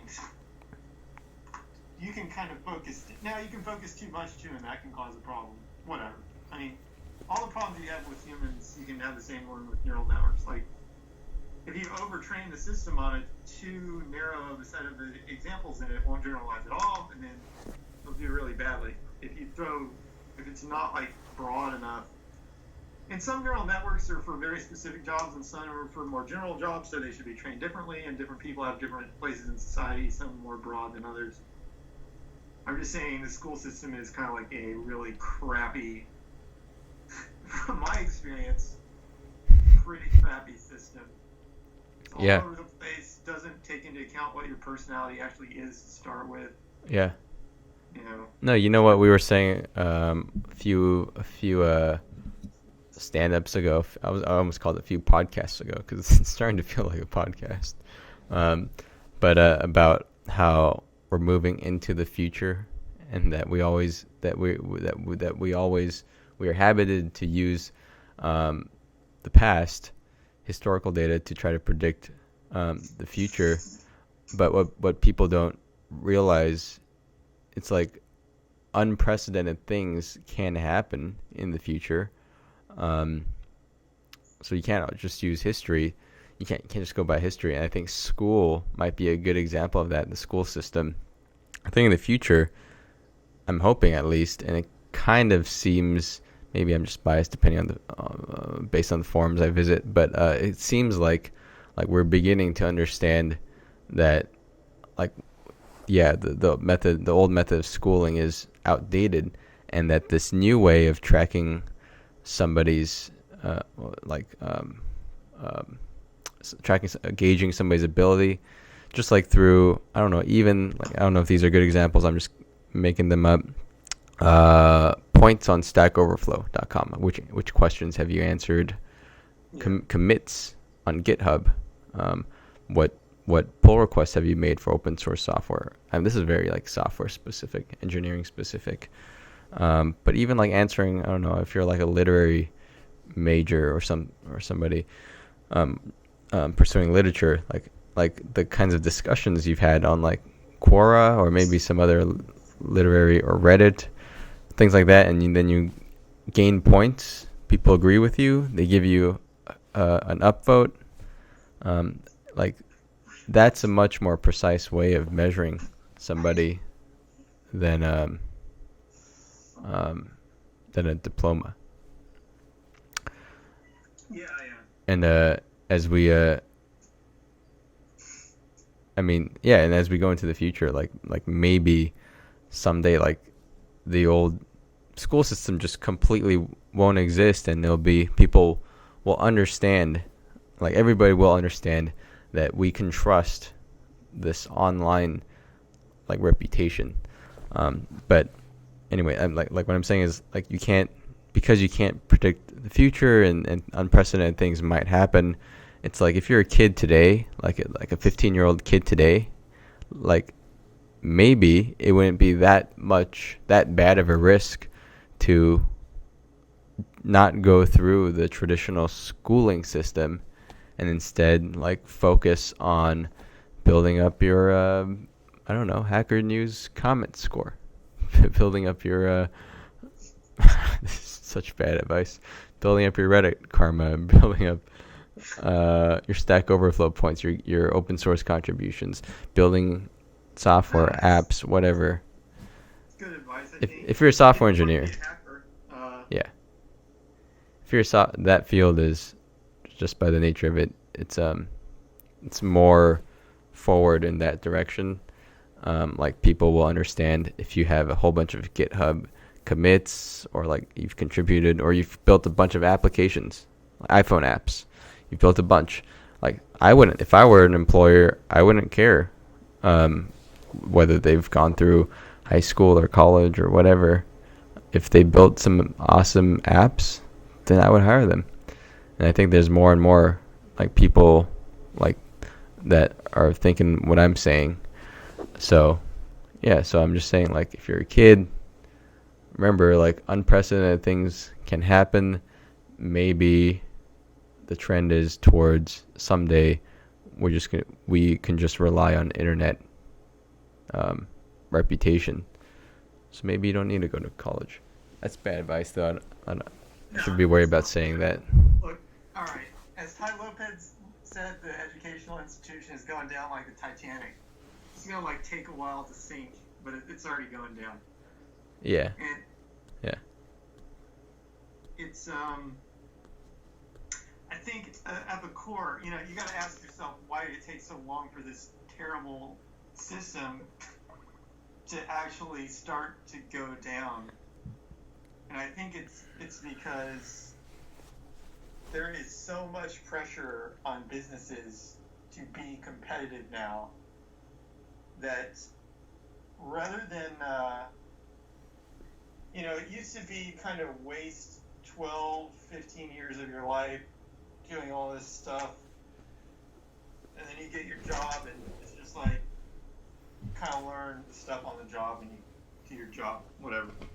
You wasted 12 or 15 years, but hey, the job wasn't really necessarily that hard on average, because there were hundreds of thousands of jobs where you're doing something that's not hard. Like, it's like something that a computer could do easily with a simple algorithm, but you're doing the job, or a robot could do it, or whatever. But that was your job. For 100 years, there's all these jobs that don't require any skill to speak of. In fact, most of the jobs are like, so it doesn't matter, you wasted all this time in this terrible education system because you didn't really need to know the stuff anyway. Now, as software is eating up jobs, so to speak, software eating the world, as they put it, I would say it's really liberating the world. But as software takes care of all that stuff, as robotics takes care of all that stuff, now the value of a human is their ability to go beyond what a machine or a computer can do. So now they actually have to have some skills. So it's like, you're not that valuable in the job force anymore unless your neural network actually has some competitive training to actually do useful stuff. So now there's going to be like high pressure for people who want to make money to actually be trained well. And that's going to cause the school system to collapse because it's just too ridiculous to hold up under that pressure. It's going to be the people who just reject it, which are the modern entrepreneurs, like the host of EO Fire, he's already saying, the school system is basically a waste of money. I mean, I think it's the first time in history that it's like common for these entrepreneurs to be saying that. Even though I've always kind of agreed. I mean, it's not like, I think that's always been kind of true. I always believe in like learning stuff on your own, but whatever. Yeah. So like there's a mass of entrepreneurs who are getting this and preaching it. Yeah. And the system's going down. Yeah, and there's new inventive types of schools popping up too, like Khan Academy. What are all these boot camps? Dev boot camp, Hack Reactor. Yeah, I mean, like Hack Reactor is basically, I think it's like a 2-month program. You pay, I think, like $20,000 to go through this programming boot camp. They teach you all the latest technologies and supposedly make you employable by the end of it. Employable as an engineer. You can come in as whatever, having zero knowledge about programming, and they're supposed to make you employable after 2 years. So like these new types of schools are popping up. But what I was gonna say is like what you were saying about needing like real skills now, skills that are not that menial and that a computer couldn't do. Like how can you build those skills? How can you have those skills, especially when you're young? It's like going back to the neural network analogy. You need to build that neural network, and that's going to take gigabytes and gigabytes of data, lots of time. So how do you get to the point where you can provide a unique skill, a valuable skill, be a unique neural network, I guess, when you haven't had much training data? And how can you get that training data if nobody's going to employ you anymore because all the computers are doing the easy jobs? All I'm saying is that the school system doesn't train the neural network efficiently, and that a lot of people could probably train themselves more efficiently than the system if they just had the impetus. Like, if they just had impetus to make money, among other, your impetus could be different. If you're an artist, your impetus might be to just create really good work, and that's cool. Eventually, that'll have value. Art's been devalued in school, but no, I just think that people should kind of pursue stuff that they really like rather than being kind of force-fed a bunch of stuff that they often don't like. And the whole idea of being an entrepreneur is not even necessarily making a lot of money. Like, if you're a little kid and you decide to be an entrepreneur, that doesn't mean you have to make so much. You don't have to make $100,000 a year to like pay the mortgage while you're living in your parents' house. They're giving you all the food and stuff. The idea of an entrepreneur at the core is just, or even just a person who makes money. At the core, it's just figuring out how to provide value or making something that other people like. Yeah, it's fitting in the market. Those are kind of the cool things to do, and you can learn a lot by just like following those natural tendencies that humans have anyway. They want to do good work. They want to be famous. They want to make money. So just do those things. What is? Yeah, it's society becoming more optimal. As if in the future, we get rid of this the institute of schooling, and like you just like from birth, like your only job is, well, I guess like I might say to make money, to provide value. That's sort of a proxy for or make money is a proxy for providing value.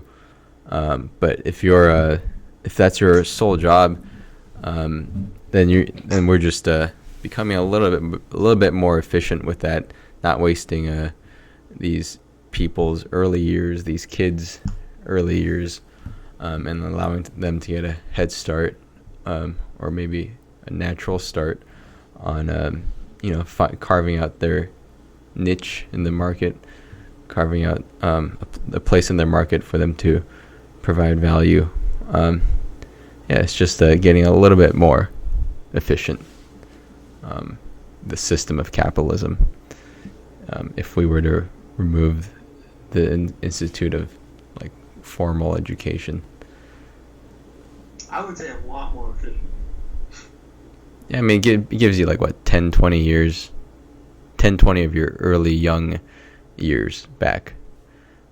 Those are. That's where you learn the most stuff, anyways. That's true. It is where you learn the most stuff, but it's also when you have the least amount of experience and are the most naive. I forgot if we talked about this before, but I feel like just the younger years, like sometimes I feel like you can just throw them away just doing whatever because you're just too naive. I don't know what the word is. Inexperienced. It's like too dumb, really, just to like make the important decisions. So you can like waste your time in whether it be school or doing janitorial work, cleaning toilets for the first 20 years of your life. You're just really passing time until you get to like a sufficient age where you can like really start to control your body and your mind and do like real things that you like plan to do. Like you sit and deliberate to do it, and then you're old and wise enough to have the patience and the ability to execute and the perseverance to actually carry through. But when you're too young, I think it's like those kinds of things that you don't have patience. Like you can't. It's harder to sit down and I don't know. Maybe it's just me. It was actually I probably had more patience when I was young. Yeah. Really? So I'm not really seeing that. Plus, even people who have ADHD have things that they can focus on that are interesting to them. Yeah. So I'm not really seeing that. I was actually thinking about doing businesses when I was young, but school was just getting in the way too much. So I think it's natural to want to contribute to society rather than just learning a bunch of random stuff. I think the only reason school survives is because most people are like real social, and school is like a social outlet. I think that's why it's not just completely rejected by the mass population, because basically they go to school and they at least enjoy this social interaction. Yeah. Even though it's not even a good place for that, because they're like telling you to be quiet all the time. But I mean, I think that's why the entire population just hasn't out of hand, flat out rejected the process, just because, hey, you're like hanging out with your friends, kind of. There are like 100 different ways to do that in a much more fun and rewarding way, but it is what it is. Yeah, I mean, I think we're heading in the right direction. I mean, of removing schooling. Wait, I was gonna say something until I decided to say that, and now I forgot.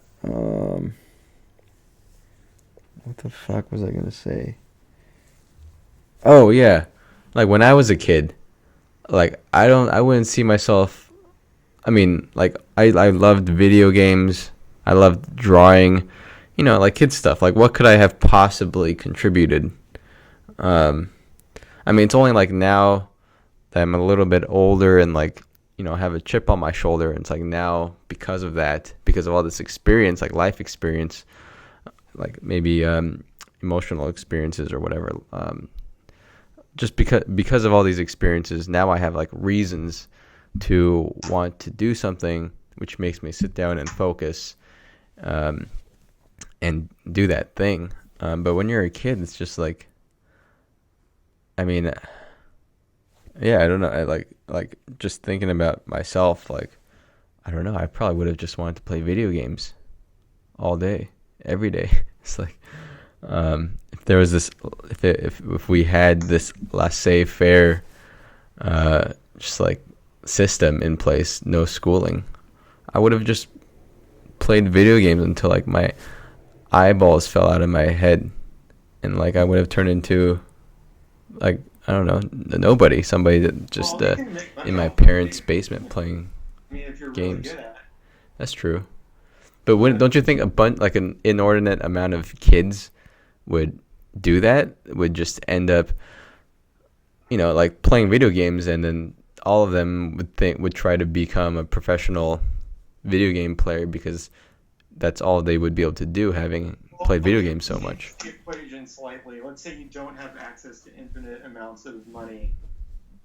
So now, because I didn't when I was a kid, basically if I wanted money, I had to make it, pretty much. And if you add that one little thing to the equation, there's a lot of impetus to do something other than just sit there and play a video game. Yeah. Yeah, that's that's interesting. That's like a very like a Wild West apocalyptic sort of like view. Like you as a kid have to earn your own food. Not food, money. Money. So my parents took care of the food and the rent. Yeah. And everything else was up to me. There's no Christmas. Witnesses don't celebrate that. There's no presents. You can go work in the restaurant if you want to make some money, and or you can start your own business if you want to make some money. Those are the options. Yeah, imagine if we changed the equation even more, so that you had to earn your own survival even as a kid. Like that would probably start going the opposite direction then. Like society would start to degenerate into chaos like kids are Well, you like don't want to stick the kid. spearing other Yeah, I kids. mean that's originally why they made it illegal for kids to do work, right? Because they got really bad jobs instead of good ones, right? I mean, I don't think a kid should. I don't think a 1-year-old child should be responsible for trying to make his own living to pay for his own food, and shelter, right? Little toddler running around, Well, after yeah. starting businesses and stuff. I'm not saying that. Well, then is it just a matter of the age then? I mean, because we have that. I mean, what if I said like, okay, you are provided your survival until like 7 years old, and then you got to go fend for yourself. I No, mean, because that's not what you want to. That's because you're going to be forced to be stupid. You know, it's you're not quite. yeah. So maybe it's just a matter of age then. Right now, that threshold is set at like, I don't know, 21 or something, or like 18. You start fending for yourself after, I guess, after college. So maybe 21. But it's just like you can play with that threshold, that number. Like, what if we change Yeah, it to like 15 or 14 or 10? Um, yeah. But I mean, I like the way my parents did it. It's very balanced. It doesn't have to be apocalyptic. I mean, you don't have to take it to an extreme. Just say your food and shelter are taken care of. You know, your internet access is taken care of. What are you going to do with your free time? You know, yeah. it's a little bit too much to expect a kid to actually pay their rent and all that. I think, but Yeah. Yeah. yeah, I mean, I think most parents are probably like that. They don't. I don't know. I don't think. Or at least, yeah, my parents didn't. They don't hand out free money. Um, but of course, they'll feed you whatever, give you all the necessities. And if you want more than the necessities, you kind of have to earn it yourself. Yeah, it's probably like most people, most like first world, second world, maybe just first world people. Um, but anyway, how do we get here? Talking about school. Yeah, we're school's talking anti. about little kids just play video games all the time. And I was just saying, if there's a reason to do something useful, and sometimes it's not money that motivates people. Sometimes people just like doing stuff, and that motivates them to do stuff. I mean, Yeah, no, it's really interesting. Like that fine balance between, like, if a society is too opulent, like you were saying, if we threw infinite money into the equation, every kid would just end up playing video games. Like 90% of the kids would just be playing video games, and maybe some of them would think, okay, I got to try to make this like a real career, so maybe I'll just try to become professional. But every kid's gonna do that. There'd be no kid that's like doing the plumbing or I don't know, whatever mechanical, like working on I don't know, whatever it is. Most kids might gravitate towards the more um, enjoyable stuff.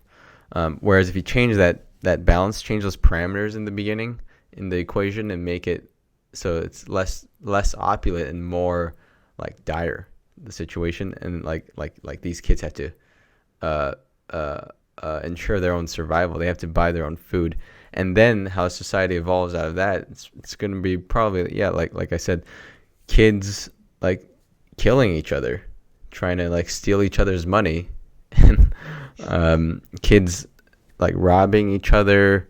Like it just turns chaotic and turns like into the apocalypse, and like society degenerates and doesn't stay stable. And just because of those parameters, the parameters being like the scale of opulence and whatever the opposite of opulence is, like yeah. comfort There's and like the opposite of comfort. yeah. I hate to even use the word yes after Theo says anything. By the way, guys, out of the audience, What? I'm distancing myself from everything. Why? But no, it's but anyways, distancing myself from everything just in case. But yeah, I think there's a opulence optimal. There's like a optimal opulence level Yeah. I know what you're saying. There's a sweet spot. Yeah. Yeah. It's interesting.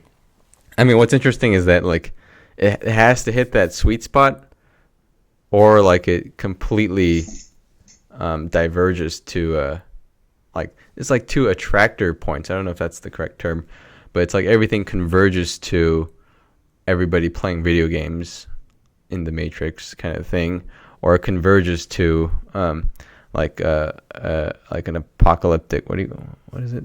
Yeah. Anyway, like a chaotic society where everybody's just killing each other. Um, it's not a uniform kind of spectrum. It's like it's gonna converge to either of those two, if not right in the middle or right in this sweet spot area.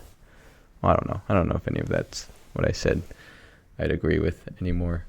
But anyway, yeah, and maybe we are in that sweet spot, like middle class America. It's like a lot of people. I mean, we can play video games and whatever,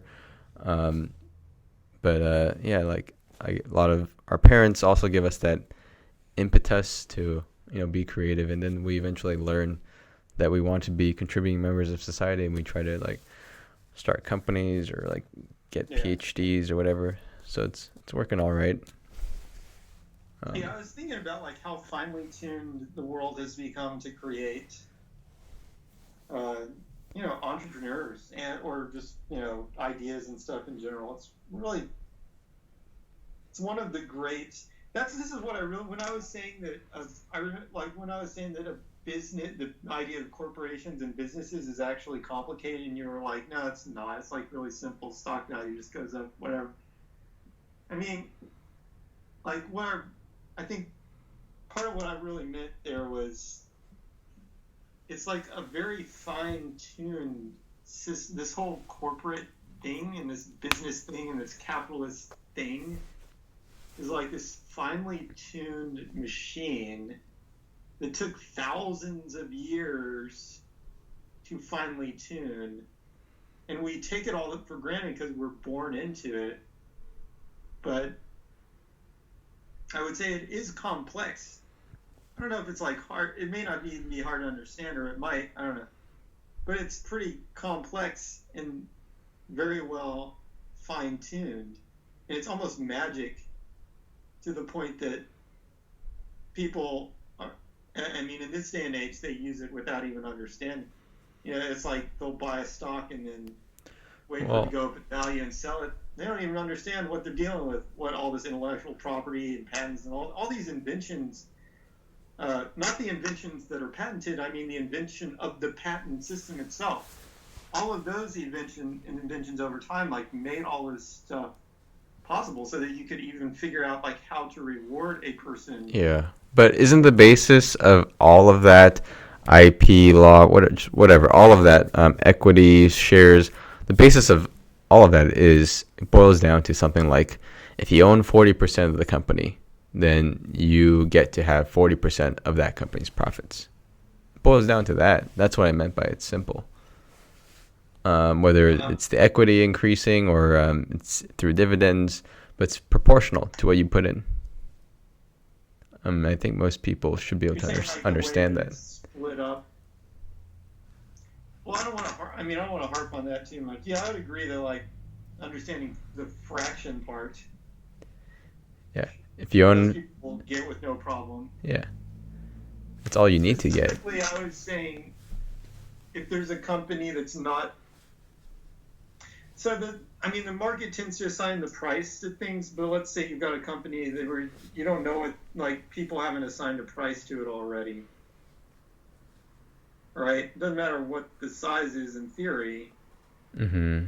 But let's say they use sort of the Amazon strategy and they don't have any revenue that's positive. It's like, no net revenue. So you got this company, no net revenue, no dividend, and somebody says, okay, I'm going to sell you the company. It's got no net revenue. How much are you going to pay for it? But there's operating costs. So like you can just maybe you can do some kind of calculation like, okay, then if we somehow optimize it so much that the operating costs became zero, then how much net revenue would there be? Then there probably would be some because there's no Yeah, but what if the operating costs are needed? well, to make this calculation, like maybe you can theorize if I optimize it a little bit more, 50% as much, we say 50% of the operating costs. Okay, then now we have whatever that 50% was. Let's say it's $150,000 in net revenue, and then you do the rest of the calculation. Okay, How like do you know that you can? How do you know how much you can optimize it? well maybe you just always use like I don't know like the most optimistic measure to say like Zero 100%. zero operating costs. Yeah, I don't know. I mean, but that does give you some kind of anchor point. I'm saying the operating cost. There's some number that you can always start with.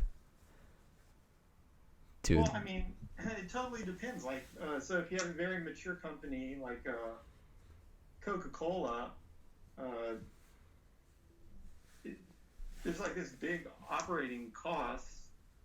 Well, even one day that'll come down, but whatever. Coca-Cola for the last 100 years or so, there's this big operating cost and then this profit going on where, you know, probably a lot of that is actually really hard. Let's say Walmart instead, because I don't even know what Coca-Cola does really. I don't even know how that works. But let's say Walmart. I think most of their cost is like paying people to work at Walmart. mm-hmm. Now, if you take all the people out of the Walmart store, I mean, currently that just doesn't work unless you're, you know. So you really have to work in the operating costs to have any idea of what the company's worth. You can't just say, well, what if I had 1 million Walmarts with no people working there? Because that's not what that business is. It'd be worth a lot more if that were the case. I mean, it's like, so I don't think just like removing all operating costs is a valid way to. You're right, it gives like an upper limit on how much dividend you can make. I mean, it can't be any higher than that, I guess, if it's consistent. But it might be only 1/100th of the number that you're coming up with, and your estimate will be like way, way off.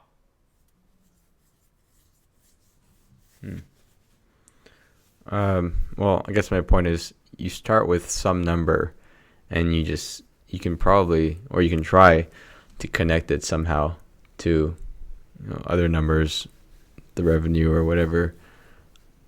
And then you could, I mean, as long as you can make a convincing argument to somebody that should be the value of the company, that's all that matters.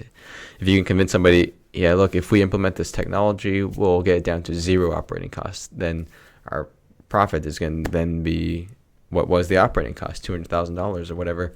And then using that as profit, times that by 5 years or whatever, then our market capitalization is X. And then if that person believes it and thinks that's a fair price, then they might want to buy the share, and then the price becomes a reality. I mean, all you need to do is convince somebody else of the price. Maybe that's all what it boils down to.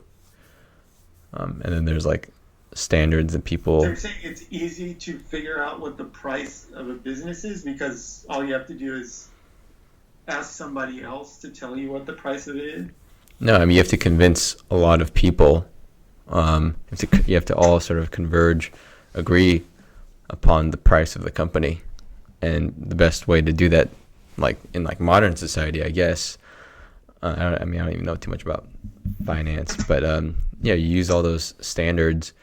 Like there's a standard for like what is it, the PE ratio or whatever to find the market cap. Zero profit in this case, so you can't use the PE ratio to any use. Yeah, zero profit. Okay, but like you can still convince somebody, like I could turn this if I do X, I can turn it into $200,000 in revenue. Like if enough people buy that, then that's the number you start with, and then you can just calculate from $200,000 in revenue how much market cap does that mean. Yeah. And then maybe you can hedge. And this is, I'm not disagreeing, but I think that asking another person is just kind of moving the problem into some other person's brain. I'm just saying, when that other person decides what the price is, what do they use to decide what the price? I'm just saying, what do you use to decide? Yeah. Well, they think like, okay, how likely is this invention that's gonna reduce the operating cost? I give it, I don't know, like 30%. I don't know. It's just, I guess, yeah. I guess, okay. I think I see what you're saying. That's complex probabilistic reasoning. I think I see what you're saying. It comes down to somebody's sort of like vague gut instinct almost. If you keep like following that rabbit, if you keep following that I don't even know. I forgot what my point was. But anyway, yeah, it comes down to like eventually somebody's gonna have to say, okay, I think it's 30% chance. Why not 40% chance? Why not 20% chance? Nobody knows. It's just hypothetical at that point. But if somebody just decides on a number and says, I'm going to use 30%, I'm going to sell 30%, I'm going to convince everybody it's 30% chance, and then enough people do get convinced, then I guess that's what sticks. And then from that momentum, that snowball momentum, then like everybody else has an easier time believing that because everybody else has already invested, and then it becomes reality. I don't know. Well, it becomes a price. Becomes a price, time tells whether that price actually is a good price or if it's way above the value or way below the value. But the value, I mean, arguably the value is never known, but I mean, I would say that the price kind of chases the value over, and especially over time as more and more information becomes present, the price tends to get closer to the value. I mean, but the value is sort of like this internal number that's never really known. It's kind of like an idea. Yeah. No, I can see what you're saying. Like if I had a machine that generates $5 bill every day, how much is that machine worth? I don't know. Some people might extrapolate that to how much money it can make in 10 years. Some other people might extrapolate it to how much it can make in 20 years. Exactly. It's like who's different amounts to different people. I mean, yeah. But I mean, it's funny, like on the stock market, that they use this sort of universal price. It makes you think it's more important. Kind of. Now, it's not true with all markets. Like with the housing, I don't know. With for good housing, let's say candy. You're selling candy.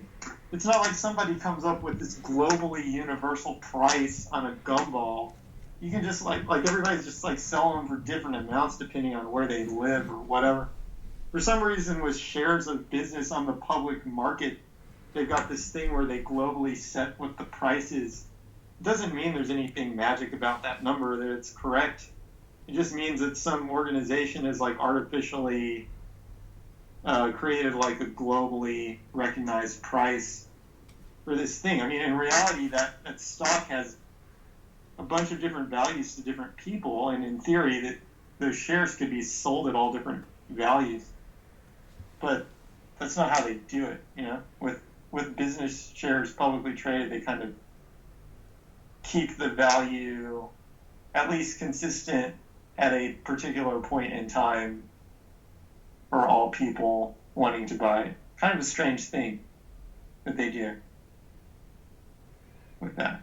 I mean, to me, like the price of a share, if we're only talking about like stocks, not like the price of like a candy bar or anything, but for specifically stocks, like the price is pretty arbitrary. I mean, like if a price is $70 and you buy one, and I don't know, the company's only worth $700, it's like you bought 10%. Is that right? You bought 10% of the company, but they could just as well have priced it at any other price, $35. And if you still want to buy 10%, you just buy 2 shares. It's really the percent. That's the important part. It's like what fraction of the company do you want to own? And then you just buy however many shares fills that percentage. the prices. But when you've got a startup, like you can sell. All right, I know people may not exactly do it like this commonly because they do it over a period of time, but you could say, okay, I've got 3 chunks of the company, 1/3, 1/3, 1/3. I've got one investor that'll pay $1,000 for a third of the company. I've got one investor that'll pay $100 for a third of the company, and one investor that'll pay $10 for a third of the company. Those are the only 3 investors I know. And I don't know why you'd want to sell all your shares, but let's say you're ready to like exit. Yeah. All right. And so you say, okay, I want to sell it all. So I'm going to sell this third for 100. I'm going to sell this third for 10 or whatever, and this third for 1,000. I'm out. I'm going to make all those sales simultaneously, and you're out. And you can do that. Nothing to stop you from doing it pre-IPO. But when you've got a publicly traded stock, you would have to actually shift. What would happen in the market is first somebody would buy at one price, and then you'd have to like turn the price up on the NASDAQ to get another buyer, and then like make the price drop to get the last buyer, and then you're done. Because the price is like always the same for everybody, but it shifts around depending on what the supply and demand are. That's what I'm saying. Yeah, you could only sell it. Well, no, I mean you could sell it. You could sell your share for. Let's say it's like your share, like your stock on the market on the NASDAQ sells for like $100. If you want, I don't think there's anybody like stopping you from selling it for $1 or for $1,000. If you can find the right buyer, it's all that matters, and they'll let that transaction happen. It's just usually if you don't have a specific buyer and you have to resort to, these tools, E-Trade or whatever, that sell to some random person on the market, it's just most likely you're only going to sell it if your price is around the right price. But you can still sell it to that. You can still sell a third of that company to the one investor that buys it for $10, and you could sell it to the guy that buys it for $1,000, and you don't have to wait necessarily for the market's price to reach those numbers. Oh, I see what you mean. No, I think you're right. Let's see.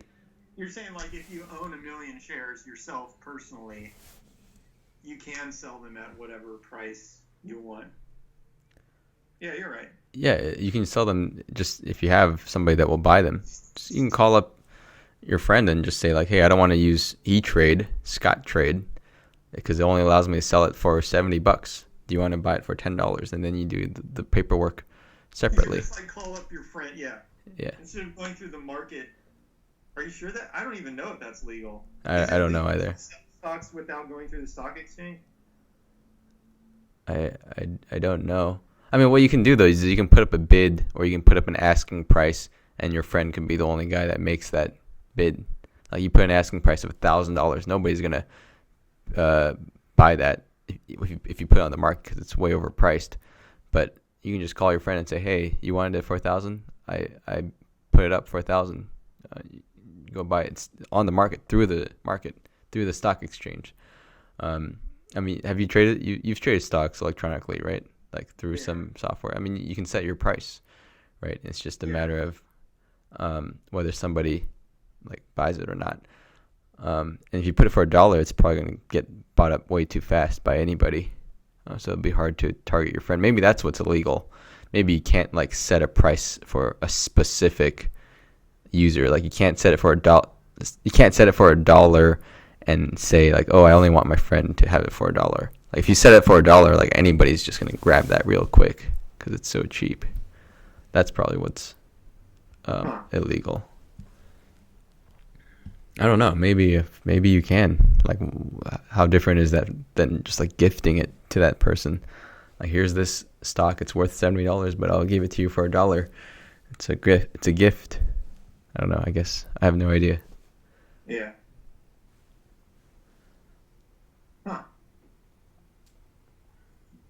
Yeah. Yes, I guess you could just sell the different. You could just say, I'm willing to share these. I mean, I'm willing to sell these at these prices. Yeah, so you could actually use the market to sell it at different prices. I guess what would happen, it's just like the NASDAQ, it would cause the price to jump around on the NASDAQ, but I guess it would just be it'd be like an infinitely short amount of time for the price to change, for it to drop to that level. Like if you looked at the plot in theory, it would be like changing infinitely fast to a low number and then back up to the normal number. Yeah. No, I think you're right. I mean, all that number really shows is the last transaction price, the last price that a transaction happened at. So yeah, after you made your, It could be extremely discontinuous. yeah, so after you make your transaction with your friend, it's gonna drop, it's gonna drop crazily, but then like a millisecond after that, somebody is buying that stock from somebody else at a normal price, so it's gonna jump back up. I mean that price, yeah, it's not like some official price. It's just the last price that happened in the market. That's cool. Yeah. Yeah, that's an interesting thing. Because I was only thinking about that global price thing recently, anyways. But that kind of like brings it into more clarity. Yeah. It's kind of like a side effect of just having a market. Yeah, I mean that's what the market is, right? Like there's no global price. There's no like global arbiter on price that officially sets any price. Like, well, there is a guy that's actually setting the. So what I've been told is that the guy who's like sits in a chair on whatever one of these exchanges. The Nasdaq is like always been computerized, but the other one was not. There was like actually a dude is sitting there and saying like, I'm going to set the price here because that's where the flow is. Like the dude's like sitting there and saying, okay, I'm going to set the price of Exxon to $3 because that's where I'm getting the flow of transactions. Like some dude is actually setting the price. Okay, I don't know about that. Maybe he's just getting a bunch of bids at that price. And then, but he's looking at all the bids and he asks him, and he's saying, I want the most flow because they get a cut. The guy sitting in that seat, that's like the best seat, for like that's like the guy that makes a crap ton of money, right? They kind of sit in that chair, and their job, they make a little bit of profit when the money's flowing. yeah, like a little cut, and they want to keep the money flowing, so they're setting the price. Now, what they would, like you say, if somebody had like $1 offer for $1 million stock or whatever, or they had $1 million for a $1 stock and they wanted to pay that much, that person would just like temporarily, just like a computer, that person would just temporarily like up the price to $1 million. But the problem is, it's like you can't leave it. You have to like bring it down before somebody else. You have to make sure that it's just an infinitesimally small time that you're selling at that price. I don't know. I think there's a little more complication, I think. Yeah, I wonder if like, I think I might see something confusing about it. Like, maybe like if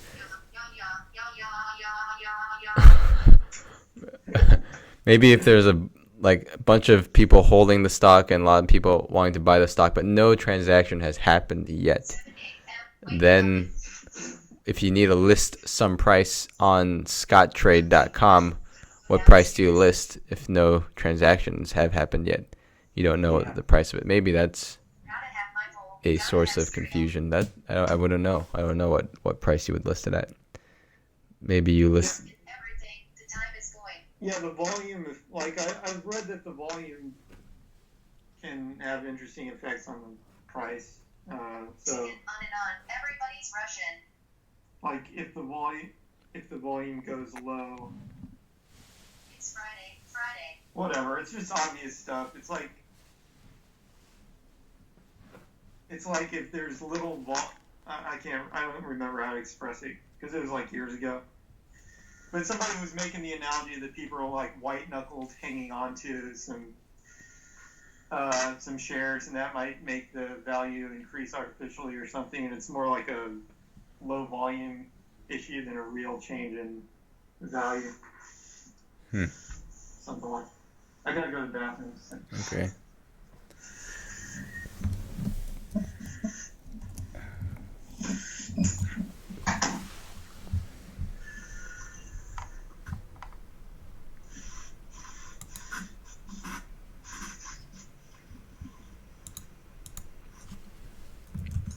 Hi. Testing.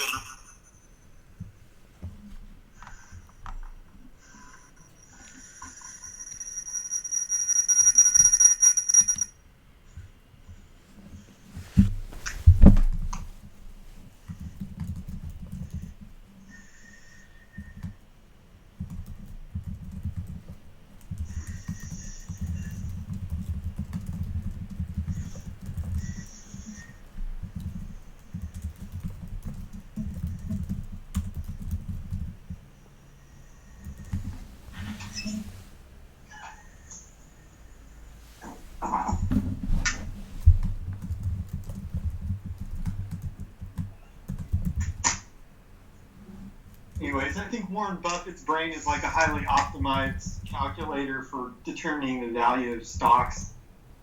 And that's like the basis of his success because he'll find a stock that's got a high price and a low value, or a low price and a high value, and buy it, and then just wait for the market to right. And his neural processor is better than most.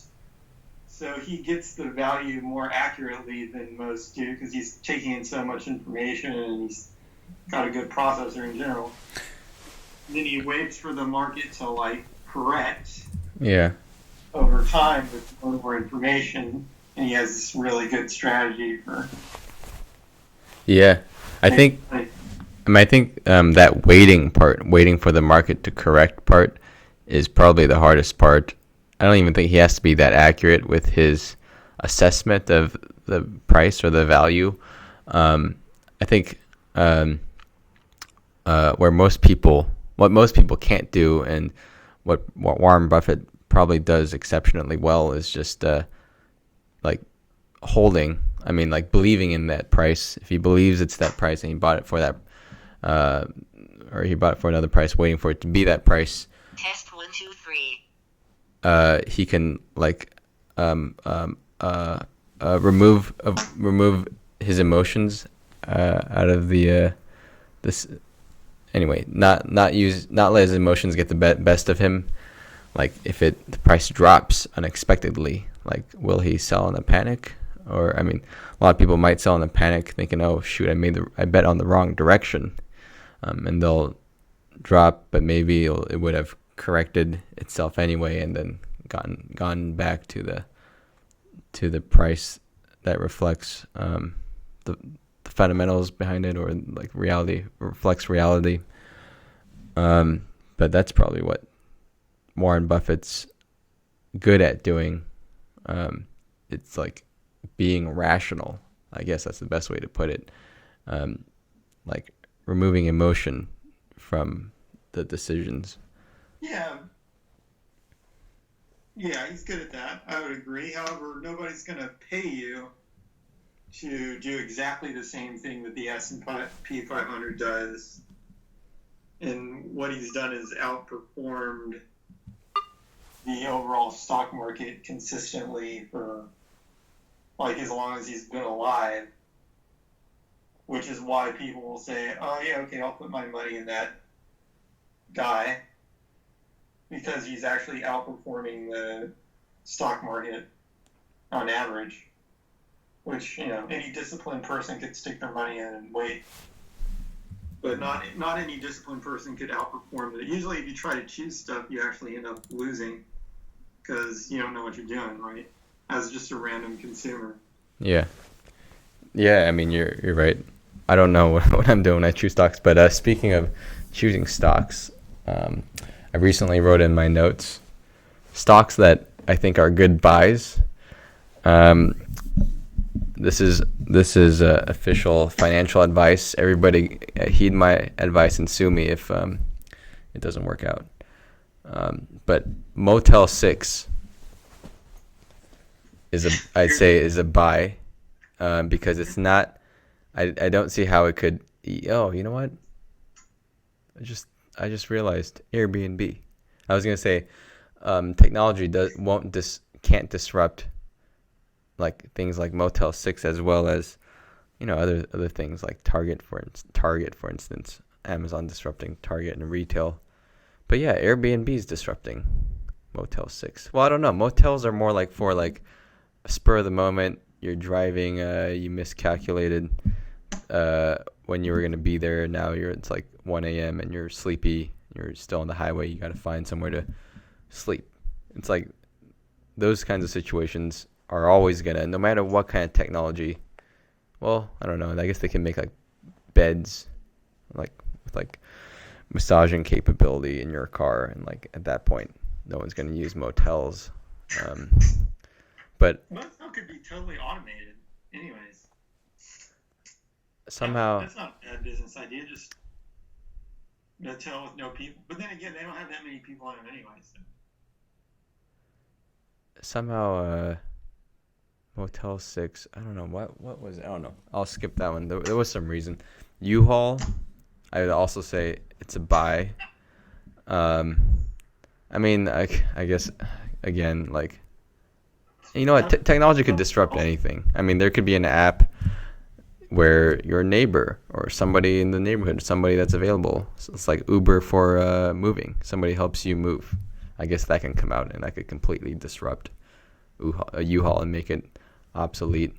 I don't know, but for the near future, at least, it seemed like things like that, motels, like moving, storage.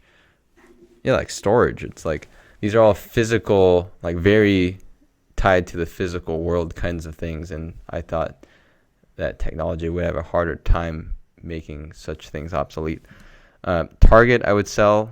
I don't understand why it still exists, except for like last minute or emergency kinds of buys. But you can order you can order from Amazon and it'll be delivered to your door in a couple days. For most use cases. I'm distancing myself from Theo here. I'd be fine with putting the robots in the Target store. In fact, I enjoy having a Target store nearby, right next to the Home Depot. I've been there before. I would buy Airbnb. Their design is beautiful. Like, if you look at the way they present their company, there's 3 founders. 2 of the founders were designers, and you can really see it in the like the essence of the company. It's like everything is pixel perfect, beautiful, and like maybe it's that sort of biases your experience to think it's actually more or better executed than it actually is, or maybe it is, or maybe it comes from the fact that they have such good design and everything. It makes everybody want to execute more perfectly. I don't know, but they do everything well. Their design it's impeccable. I love it. And I would also buy Netflix because they're getting into the whole original content game. They're becoming like the new age Hollywood producers, but run by tech guys. And I would put my money on like smart engineer type tech guys, even to create content like movies, stories, whatever, writing for whatever. Then the old like incumbent, like the people in Hollywood now, which have, anyway, I would bet on those the tech brains producing better content than just the incumbents. So that's why I would buy Netflix. I think it's interesting that they're getting to the original content game. I think they're gonna, like produce really good content, and they're just gonna take over. Yeah. Anyway, that's the only things on my list. I created this list like a couple days ago. Ah, Buy Motel 6, buy U-Haul, sell Target, buy Airbnb, buy Netflix. If you lose your life savings, it's fine. I'm covering it. You can sue me.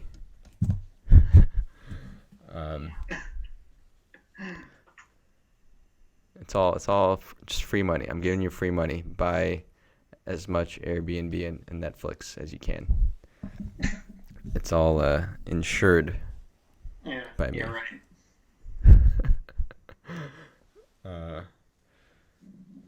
But yeah, I mean, I kind of like the value. I kind of like how you're figuring out how you feel like the intrinsic value of Netflix will increase over time.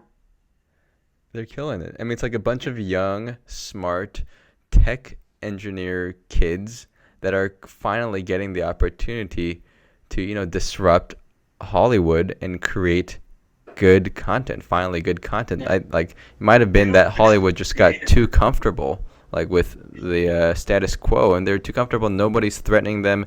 They have no pressure to produce better content. They're just gonna give you the same drivel as they've always been, because you would have still bought it if there was no competition. But now, I'm betting on these tech kids, and they're not even kids. The guy's like 50 years old. Just to make this complete, the real question is the price already up high? That's true. It probably already is. Yeah. So maybe don't buy it. But I mean, I definitely agree that the intrinsic value is probably going to go up. And they don't even have to make the content. They're just better at figuring out what to make because they're using data analysis. Yeah, exactly. Instead of just random guessing. No, you're right. I watched, I don't know, somebody talk about that exactly. Netflix is producing big hit shows because they are using machine learning to find out what people want to watch. So they're finding out what you want to watch, and then they're producing it.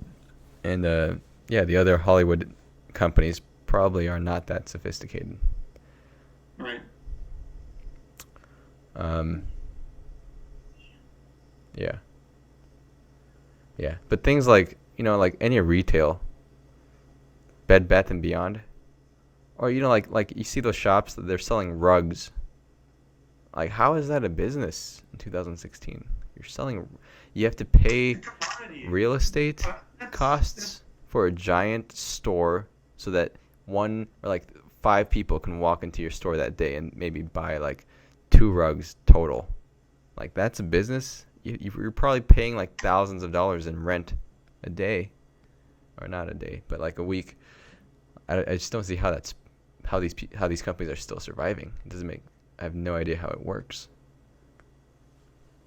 That's going to be around for a while because you can walk into the store and you can like see stuff and shop around and buy stuff.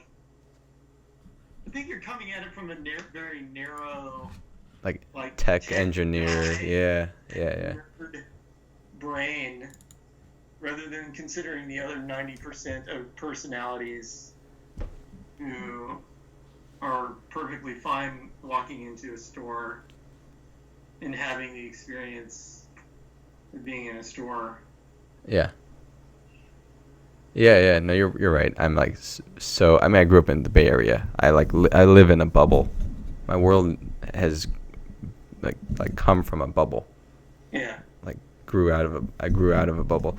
But you know what? Another interesting thing is, like back in the day. I mean, I only experienced a little of this. You probably experienced more of this. But even way back in the day, way back in the day, like I don't know, early 20th century. Like, imagine how much of a mystery the world would have been just to exist in it.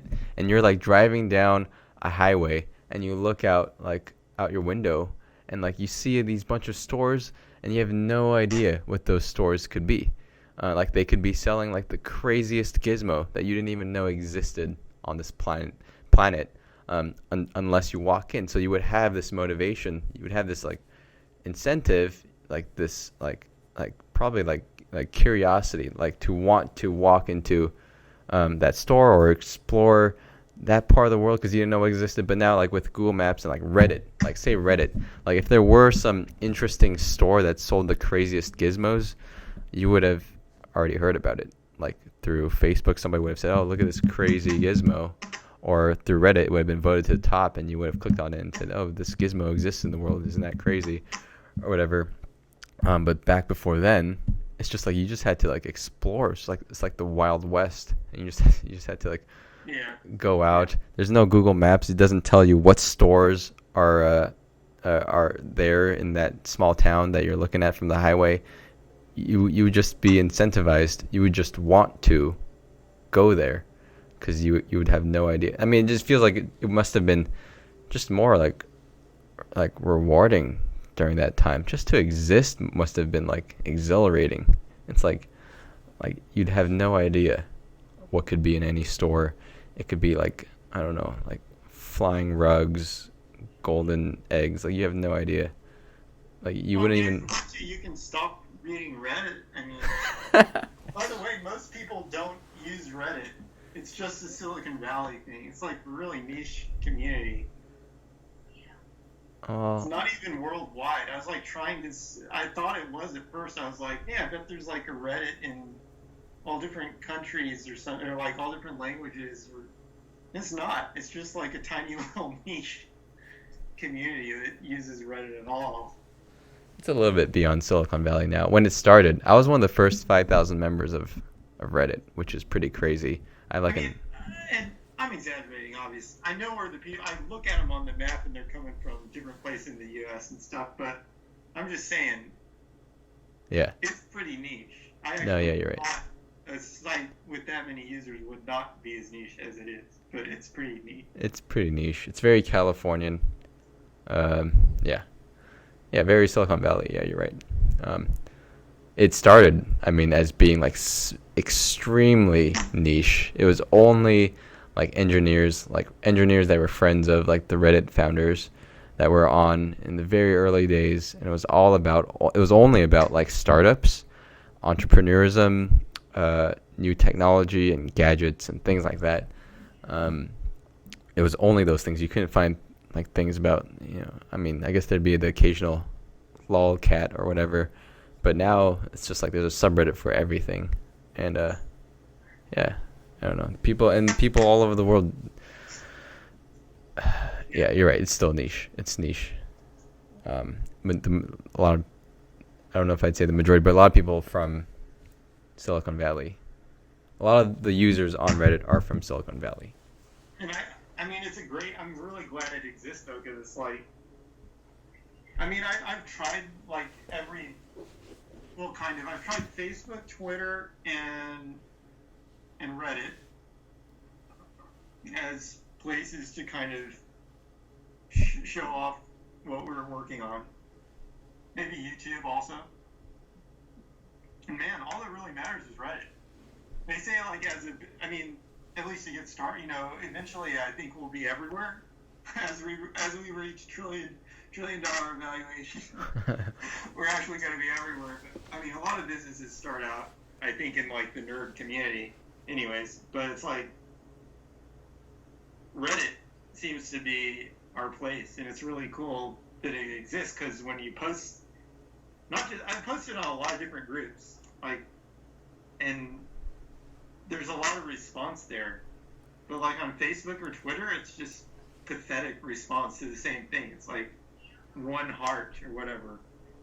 But on Reddit, it's like people start discussion, talking about it and stuff. It's really awesome. I really think. Plus, if we just had like right now, I don't want to post on the ones that have like 8 million users because they'll just blow the site out. But I think when we have a more stable system and more scalable, we can post on those 8 million user things, and this thing will. I mean, the snowball is just going to be like. That's going to be like throwing the snowball down Everest.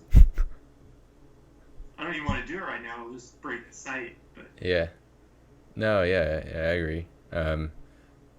Yeah, and I agree that we should improve it a little bit more until we do that. But yeah, what I love about Reddit, it might have been Reddit that introduced this to the world, the nested comment structure. I love that. I think that's hugely innovative and like really changed the world. Like to me, it really is the best way to organize comments. It's really efficient. It really, I mean, like the old message board type where it's just like chronological, everything's chronological. Yeah, I mean, it's sorted by time, but on Reddit, it's sorted by value of the comment, whether it's insightful or funny. It really filters very well and makes it very efficient. And I think, I think introducing that to the world, like, has done a lot of good. Like, it's just allowed people to consume information much more efficiently. And I think, I think part of that is why they were so successful. It's that comment structure. Like the old dig.com, they did not do that.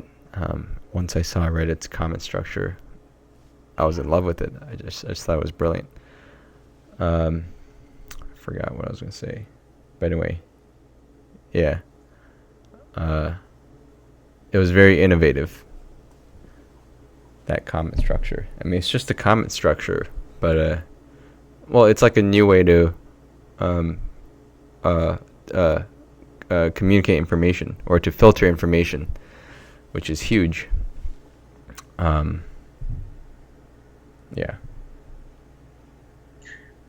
It's funny because I didn't even think about the comment structure being as unique as it is until you said that.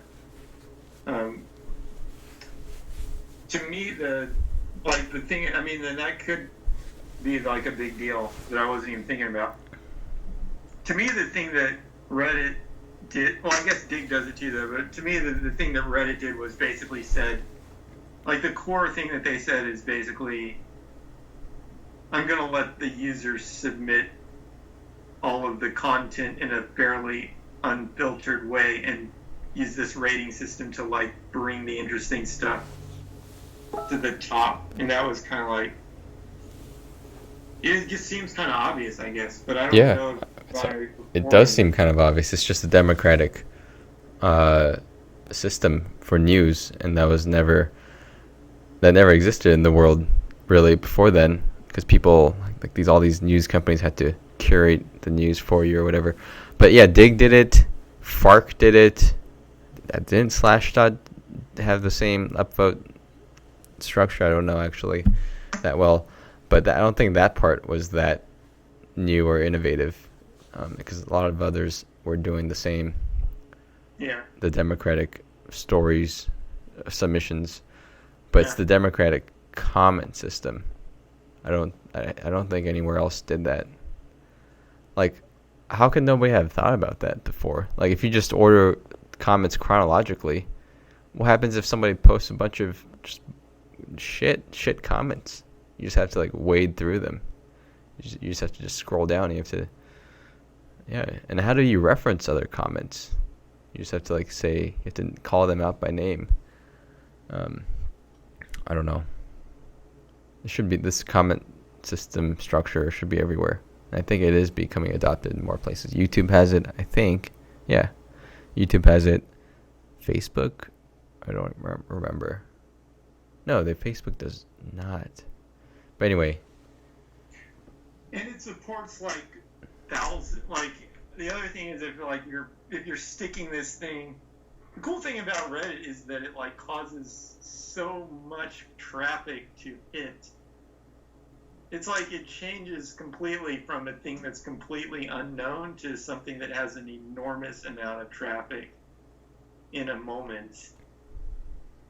And because of that explosion, like the branching comment thing even becomes more important. Because like, if you're just going to make like so many, if you're only going to make so many comments, it doesn't matter that much. But if you're going to say to the whole internet, like, this thing is this, like, for this moment, this thing is what everybody's going to see, and everybody's going to make a comment. Like, one big long list would be pretty random, but it's like the tree structure gives you this way to diffuse lots of information in a slightly more organized way, because there's just going to be such a mass number of comments in so many different directions. It diffuses the information because there's so many branches. You mean? Square. It's like that branching. Actually, it's, what is it? N. It's like a n. It's like a 2 to the n.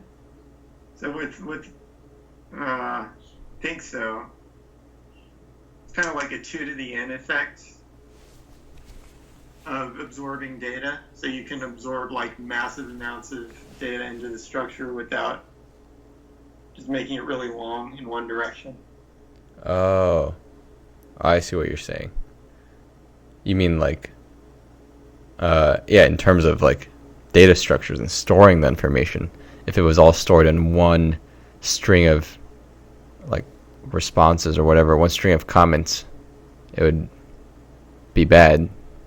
But you're saying because it has this tree-like structure, you can store it more efficiently. Bad for the human, because finding something interesting in that linear list, you know, yeah.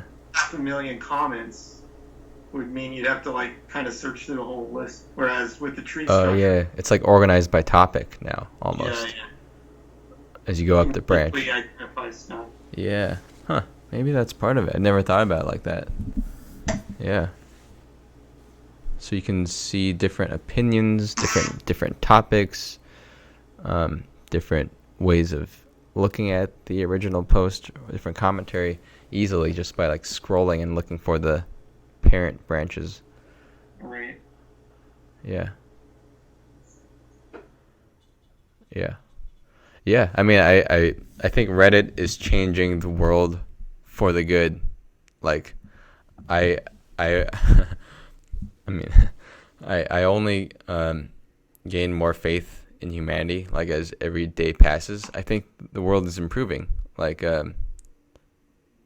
well, maybe parts of the world are improving, but these parts, at least, the first world, sort of second world parts, I mean, we're all improving, like, all together at the same time. And I think a lot of that is because of the internet. Like, you see on the internet, like, how to behave well. I mean, it sounds silly, but if you're a kid and you're reading Reddit comments, you know, you gain a lot of, maybe it just boils down to you gain a lot of information efficiently. So they can tell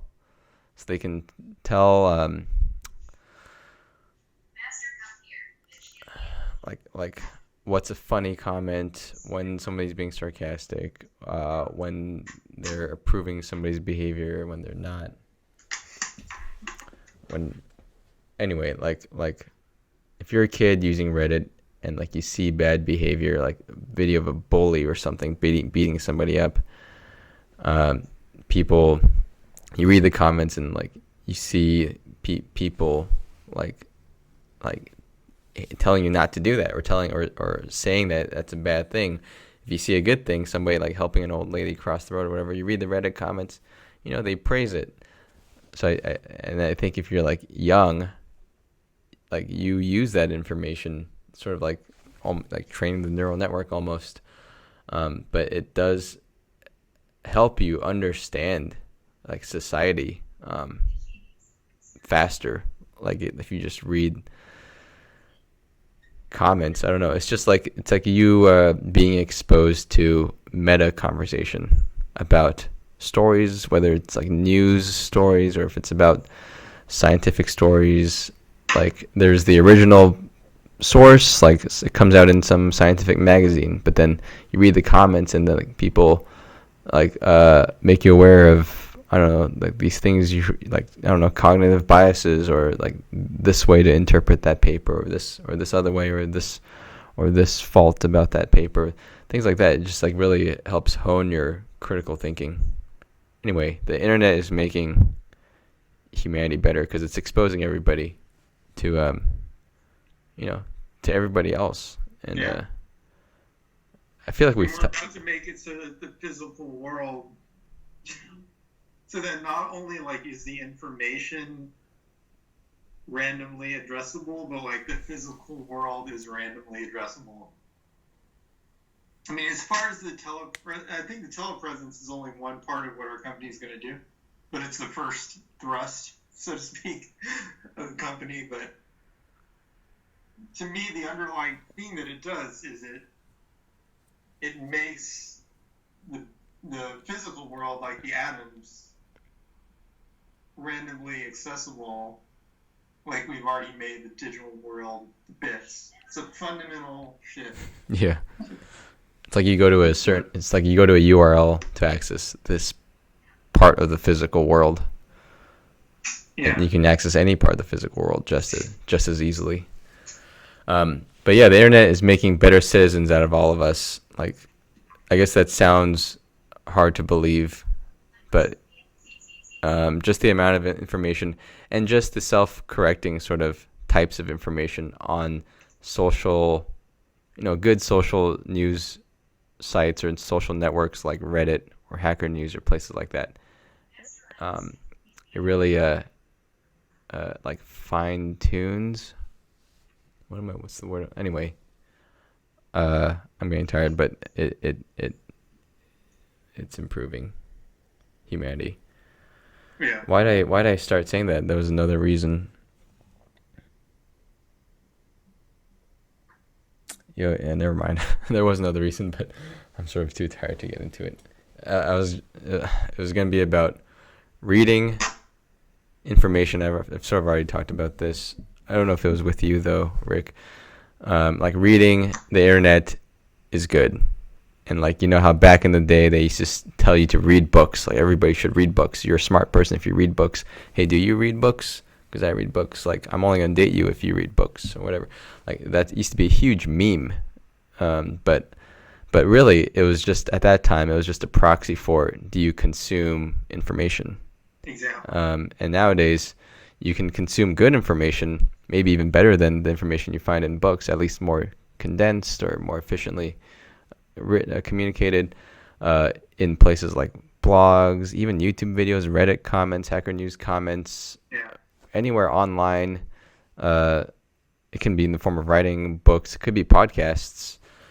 I mean, it could be books, it could be videos, whatever. It could be anything. I remember when the shift pretty much happened, especially like with Wikipedia coming online, but not just Wikipedia, but it's really the whole internet that provided the shift. But I mean, Wikipedia was a big part, maybe less so now than it was a few years ago. But it's like, it used to be that buying a book was so much better. Like, I'd go to the internet and look something up, and it'd be like, it might be okay, but it's like the information is not that great. Yeah. And a book was better, and I spent like hundreds, thousands of dollars on buying all these books just because I wanted a little bit better presentation. Then, like, the curve shifted, and the internet has better presentation than books now. Yeah. Yeah. I don't buy books. I mean, I bought that patent book, I guess. I haven't even read it that much. But I wanted something physical. I wanted, like, the feel of the book in my hand for some reason. Yeah, I like that too. But I buy books for that reason, just to have the feel of it in my hand. I don't like staring at a bright screen at night. I like looking at wood instead. Yeah. But yeah, I'd argue that nowadays the internet is presenting this information more efficiently than possibly even books, because books, I was saying this earlier to on a different live stream, but books are sort of an antiquated artificial construction from back when publishing companies were more important. What was I gonna say? Oh yeah, and like, so some of the bad things about books and how they're not efficient, like they probably had sold more books or sold them for higher prices if the book was longer, thicker. So like this whole like meme, you can call it, came about where like all books should be like 200, all novels should be like 200 pages or around then. There were no 7-page books. No publisher would sell a 7-page book. Yeah. So what happens if like you just naturally only, or if you only have like 7 pages worth of boiled down information, but the publisher tells you they can't sell that, so turn it into 200 pages, then you just fill it with bloat, and then like the consumer is subjected to that. Maybe they don't even know they're being subjected to that, so it's not very efficient in cases like that. What else? Oh shoot, what was I gonna say? Fuck, I don't remember. Oh yeah, and I don't like it when people repeat that meme today. That meme is still around, that you should read books. You hear it everywhere. You don't have to read books. You have to read good information. That's what people should be saying. But that meme is still around. They say like, I don't like, do you read books? Oh, you're dumb if you don't read books. Well, maybe that kid reads the internet. Like if you read Reddit comments or Hacker News comments, I'm telling you, you'll become a much more learned person, much more like finely tuned, honed, like critical type of thinker, rational, like better thinker, than if you read like all these books. And like Stack Overflow, I mean, there's no comparison. Like Stack Overflow versus buying a technical book for something like Linux or some language. I mean, there's just no comparison. It's changed everything. Like, you used to have to like get a book. I remember when like the most efficient way to like learn a programming language or an operating system or whatever was to just buy this big book and just like waste all your time, most of your time, just searching through trying to find stuff. And now it's just type something in and magically somebody else has not only had the same experience, but they've like distilled it down to the perfect answer with example code. Yeah. Your specific question. One guy actually used like Stack Exchange to write he created a business MVP by asking questions. He didn't know how to program. He just asked questions and like used Stack Overflow to piecemeal construct the whole MVP and created a business. Yeah. It's crazy. Yeah. Well, it's crazy, but I bet it's more prevalent even now, and like only getting more prevalent. Yeah, I mean, like as we go into the future, like I mean, it's a lot of what I do. It's not like I'm like digging into the source code all the time and like figuring things out like from first principles or whatever. I'm Stack Overflowing things. I'm Googling things, and all these code monkeys come out of boot camps, coding boot camps or whatever. Most application engineers, like these days, that's their job. It's to Google stuff, and like basically the job is how much can you Google and then how long can you keep that up? It's like a test of perseverance of that without like burning out or feeling like arbitrary and nihilistic and whatever. It's just like being okay with that, being okay with a plumber, like being a digital plumber, basically. Yeah, I mean, kind of. there are the research scientists and whatever that they do like real, like cerebral kind of like original thinking kind of work. But I'm talking about like application programmers or web developers. There is something more to it, though. I mean, actually, and that example did come up in like our email at work. Like somebody actually posted, like computer science degrees are now, I don't know, it was like a joke. It's kind of like computer science degree has been replaced with using Stack Overflow or whatever. Which is partially true. I agree. Like really the computer science degree is not that necessary, because even if you need, the only thing you would use a computer science degree to do probably that I can think of would be like optimize a difficult situation, or maybe just stop yourself from making a bad design decision. But you could use Stack Overflow to help with that too. Yeah. You could ask like broad questions and still get answers. Yeah, we're converging to the hive mind. You can ask Stack Overflow. You can ask Discord, or you can ask Slack. There's Slack. It's like I mean, you can ask an IRC channel, which is basically what Slack is. But it's like you're using it's like the mob's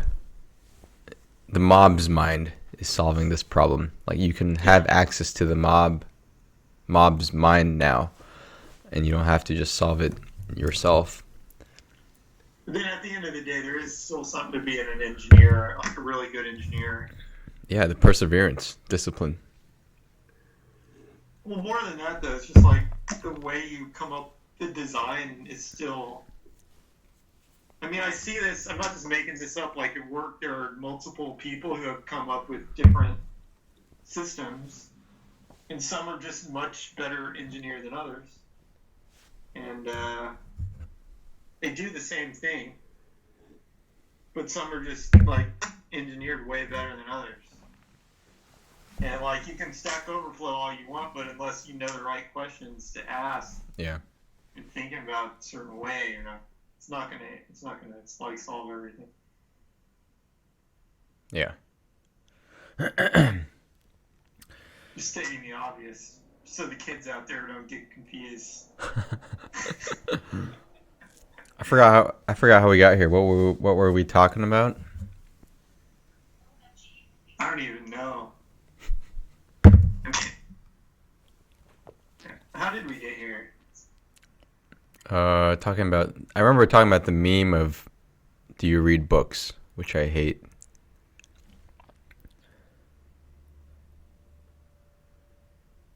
Oh, yeah, that led to me saying that Stack Overflow is so much better than a technical book. Oh, yeah. Which led you to saying that basically engineering is just a matter of using Stack Overflow.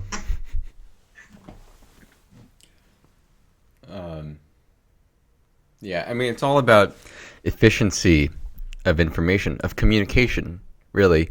Like, if you can find really condensed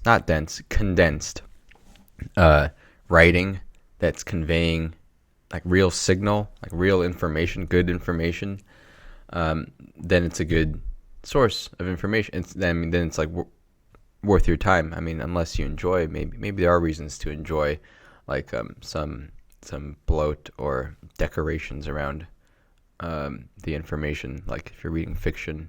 But I think you find a lot of that through comments these days on the internet, whether doesn't matter which form it is, because comments, by just the nature of it, they have no agenda. They have no agenda other than for this person to sort of altruistically contribute information. Like, why is that person on the internet writing this long, detailed, informative comment? I don't know. It's like there's no bad intentions behind it. It's like almost altruistic. He's just trying to help you learn, or help this information get conveyed. And because of that, because it has those good intentions, most likely you'll find them, like these internet comments, pretty dense and like without spin. Well, I don't know. There's a whole bunch of shitty internet comments, of course. I was just recently, like, remember that artist woman who was hanging out with my mom's friend? Yeah. We got in this argument about pigments and stuff, and I mean, I know she doesn't even she's not even going to get into the physics at any level, really, but it got my mind thinking, like, what is up with pigments anyway? Because they tell you in school that, like, there are certain rules, and the rules aren't exactly right. Like, when I mix 3 colors, I never get black with paints. Never. It just turns into this thing that's, like, kind of close to black, maybe, but it's, like, not black. Yeah. So I started asking, like, what is really going on here? Why is that so wrong? And yet, with inks in a printer, when you mix the colors, it actually does get pretty close to black. I mean, those are. So I actually ended up asking a question on Quora about this. It's a paint mixing Wait, problem. can I take a stab at it before you say the answer? I want to just take a stab at it before you, if you're about to say the answer. Yeah, go ahead. Is it because if you're mixing or if you're including, say, light colors like pink or white or yellow when you're creating this mixture, is the darkness somehow proportional to the mass of the paint? So if you introduce, mass that has less opacity, less blackness to it, less darkness to them, then you could the whole mixture at the end of it will only be diluted that much because you introduced less dark per mass at some point with the yellow paint. Is that sort of dark per mass? Yeah, but let me ask, how does that work when you're so when you mix those inks together, one's magenta and one's yellow and one's bluish or whatever, and then each one is a bright color. Yeah, that's true. Itself. How does that turn darker? And Yeah. it turns black, pretty much. I've seen it happen in a printer. Yeah. Huh. Well, I don't know anymore. I don't know. Yeah. Yeah, that totally throws my theory out the door. Because you're not including black in this mixture. Maybe the darkest you're going to include is brown. So how could it possibly all become darker if it was something to do with darkness per mass? That wouldn't make any sense. Yeah. I don't know. Yeah. Do you know the answer? The answer is there's something called a pure pigment, and the textbooks don't explain. When they say pigment, they don't explain that they're talking about a pure pigment, which is kind of ideal, and the printer inks approximate that ideal much better than the paint that you buy at the store. But a pure pigment, it operates by absorbing light at all different frequencies, except for the ones that you see. So if you have let's say you have a pure red pigment, it absorbs all frequencies except red. And if you have a pure yellow, well, this is a little more complicated, but anyways, it can still let a couple frequencies out, but the idea is if it only reflects red and it absorbs everything, then you could call it a pure red pigment.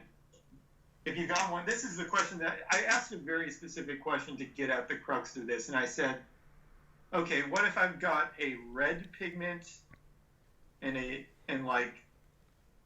yellow pigment or something, and one only reflects red and one only reflects yellow, Mm-hmm. and I mix them together, red and yellow. Mm-hmm. What color does it turn into? Because my intuition says it's going to be orange or something, because that's kind of what I don't know. My intuition for pigments is like that. But actually, if you have a pure pigment, the one was on the red frequency and one was on yellow frequency, and you mix them together, turn pure black. Because all the frequencies get absorbed. But the cool thing about Quora is the guy who answered me was a physicist who specialized in quantum mechanics or something. Yeah. A guy who actually knows what he's talking about. Wait, you're saying if you mix a pure pigment red with a pure pigment yellow, it turns black? Yeah, because if they're not overlapping, it's everything goes away. You're saying if you mix. Sorry. Say again. If they're not overlapping. Yeah, I mean the frequency spectrum that they're emitting is not overlapping, so all the frequencies just get wiped out. frequency they're emitting.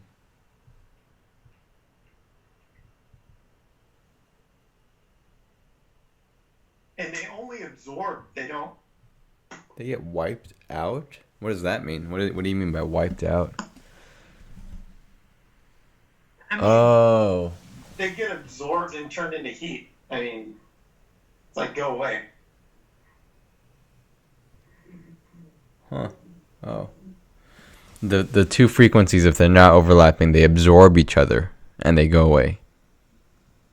Well, it's like there's two. If you imagine a frequency spectrum, Sure. Yeah. I've got one bump on the red that's coming out, and then Yeah. on the other, Oh. I've got one bump on the yellow. Uh-huh. But then the effect of having all of those molecules present is that this molecule, the molecules just end up absorbing everything. I mean, with a pure pigment, it's kind of like almost a theoretical construct. But with a pure pigment, yeah, the one that's red is going to end up it has it doesn't have it, whatever, it absorbs everything except red completely. That's the nature of a pure pigment. So it's just going to, like when a yellow photon comes in, the red pigment is just going to make that yellow photon turn into heat in the story. Turn into what? End of story? Into heat. Or Oh, heat. Not light. I mean, not light that you can see. Huh. Interesting. I gotta look more into that. That's, it sounds interesting. Yeah. It's pretty interesting. So really, I mean, but the pigment, even pigments like printer ink, they're a little more complicated than just emitting one. They don't just emit one frequency spike, you know what I mean? They actually emit different frequency spikes, and then when you mix them together, that's how you get all those different colors.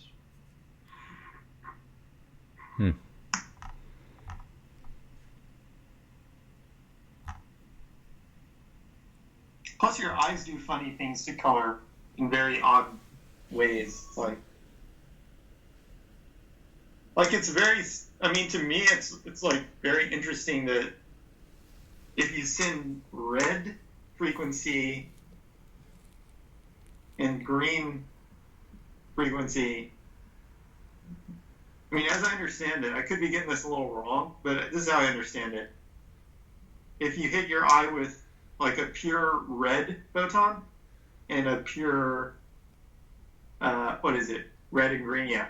Red photon and green photon, then your eye tells you that it's yellow.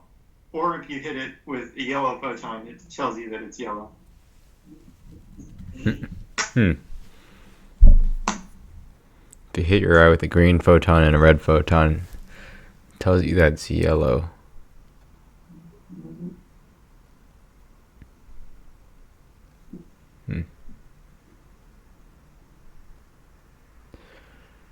All right.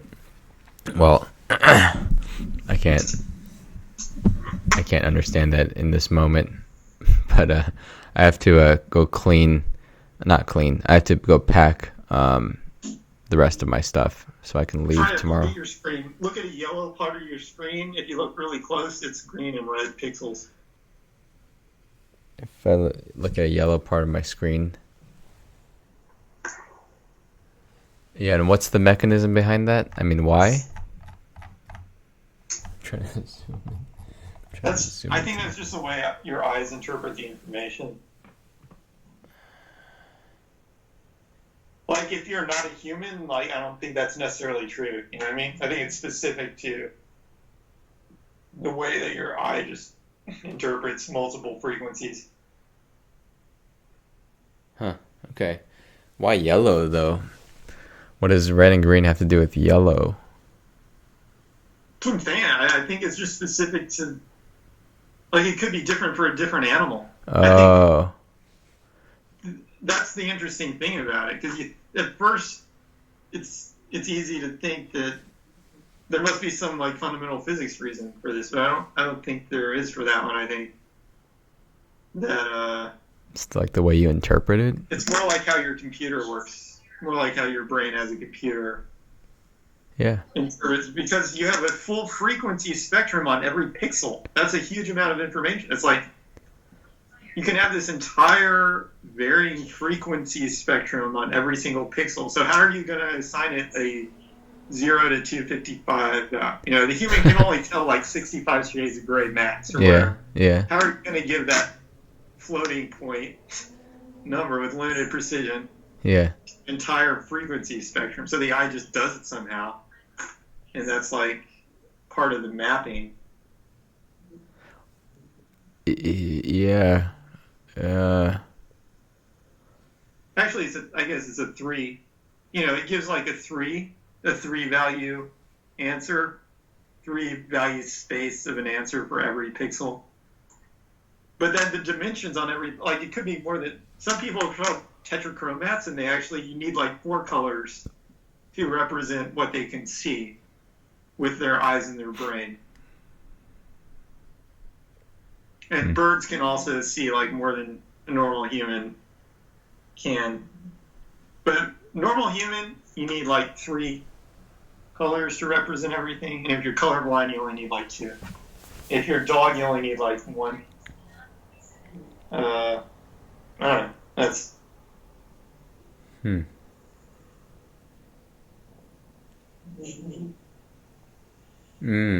Okay. I see what you're saying. You're saying like in this like what do you call it, like infinite like gradient of different frequencies, like we have to become discrete at some point, and the human body uses like this basis of 3 colors to sort of discretize that, or to approximate that the frequency spectrum. Well, how would you represent like a whole frequency? Like at every point, there's a whole frequency spectrum. Like when you use a spectrophotometer, whatever. Spectrometer, an object and you get a whole frequency spectrum at each point. Yeah. In a sense, like that's the true color. Like that whole frequency spectrum. Yeah. Like, you need every point on that graph. Like, how many points would you need to represent the whole frequency spectrum? You probably need like 256 floating point values that each vary between like 1 and 256, something like that, to get a good idea of what that whole frequency spectrum is. You know what I mean? I'm just making up those numbers, but they gotta be pretty high. In 2 dimensions, you need like a whole array of numbers, and it's got to be pretty big, like hundreds of elements, to fully represent the quote color perfectly of that 1 pixel.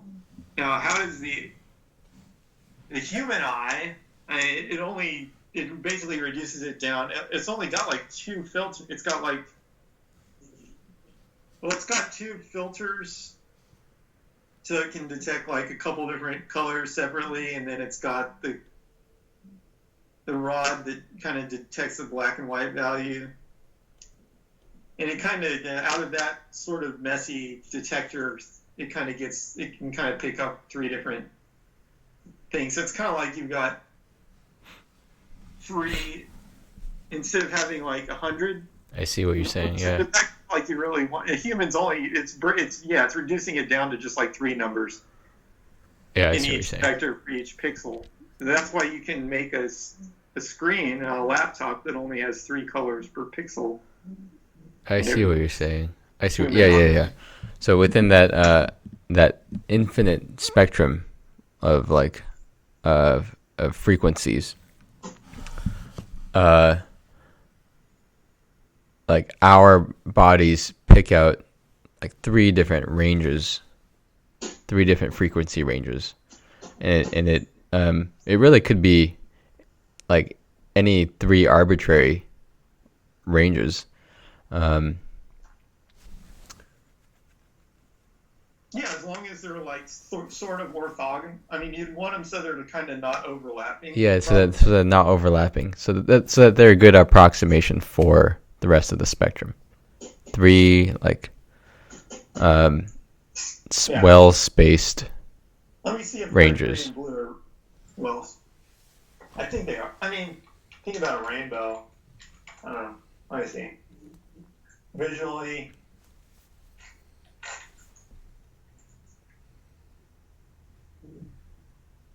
Yeah, they are. They're beautifully. Well, I mean, pretty much red.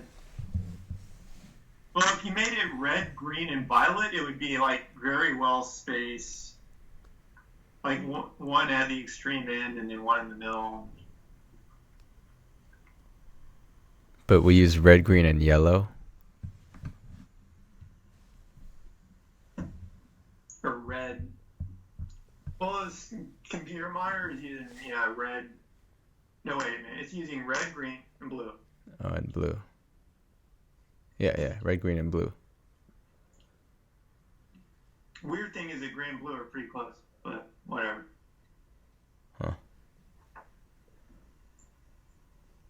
That's interesting. Well, I really should get packing. Right. All right, cool. Before we hang up though, yeah. So I got to this point sort of today where like I can now pick up another task, and let's see, what was I thinking about? Yeah, I was thinking about doing the text to speech on Linux, but after talking about potentially moving to Android. I have a lisp sometimes. That's sort of out the window. So I don't know. Do you have anything that comes to mind that is like the highest priority? I have like get audio notification when you receive credits, find new home for Zip, which I put out an ad today, a new ad for San Jose, implement log file, which is not important, compress audio, which from what you've been doing, maybe it's just we're sending it to too many channels, too many unnecessary channels. Maybe it doesn't need to be compressed, or I'm sure it could use some compression. Create a provisional patent, create a new robot, which I did with Dilbert. Be able to follow robots. Text to speech for Linux, which we can get rid of that. Android app to play some kind of audio effect upon credit transfer, some kind of like you've received a donation audio effect. Well, the arm for the robot. I think it's good to focus on the quote users. I have to air quote it, but still, we do kind of have users, and there's certain things that causing the robots to get like kicked out of the house. Yeah. I think we got to take care of that. High priority. And I think that's like number one priority. Number two priority. So number one priority is getting kicked out of the house, because once it's kicked out, it's like all bets are off on everything. And it's not going to be turned on. I mean, it's really bad. And then the number two thing is, what is causing the users to leave, which is like freezes and stuff in the signal. So to me, those are the two main foci for us to put together an MVP that's demonstratable to the investor. Those are the two main things that need to be solved. Get the snowball up, and then to have a good MVP to show to people. Mm-hmm. So to elaborate on the robot getting kicked out. One, sleeping when it's not being used. Two, not going down the stairs, or some kind of detection, some kind of like floor detection thing, Yeah. so it doesn't fall down the stairs. And then for the other one, for the what was it, the getting more growing the snowball, getting more users. I mean, what can we do on that front? Just retaining the users is what I mean. So they leave the users leave when it freezes or the video goes black. Oh yeah. Something like that. Retaining users. Yep.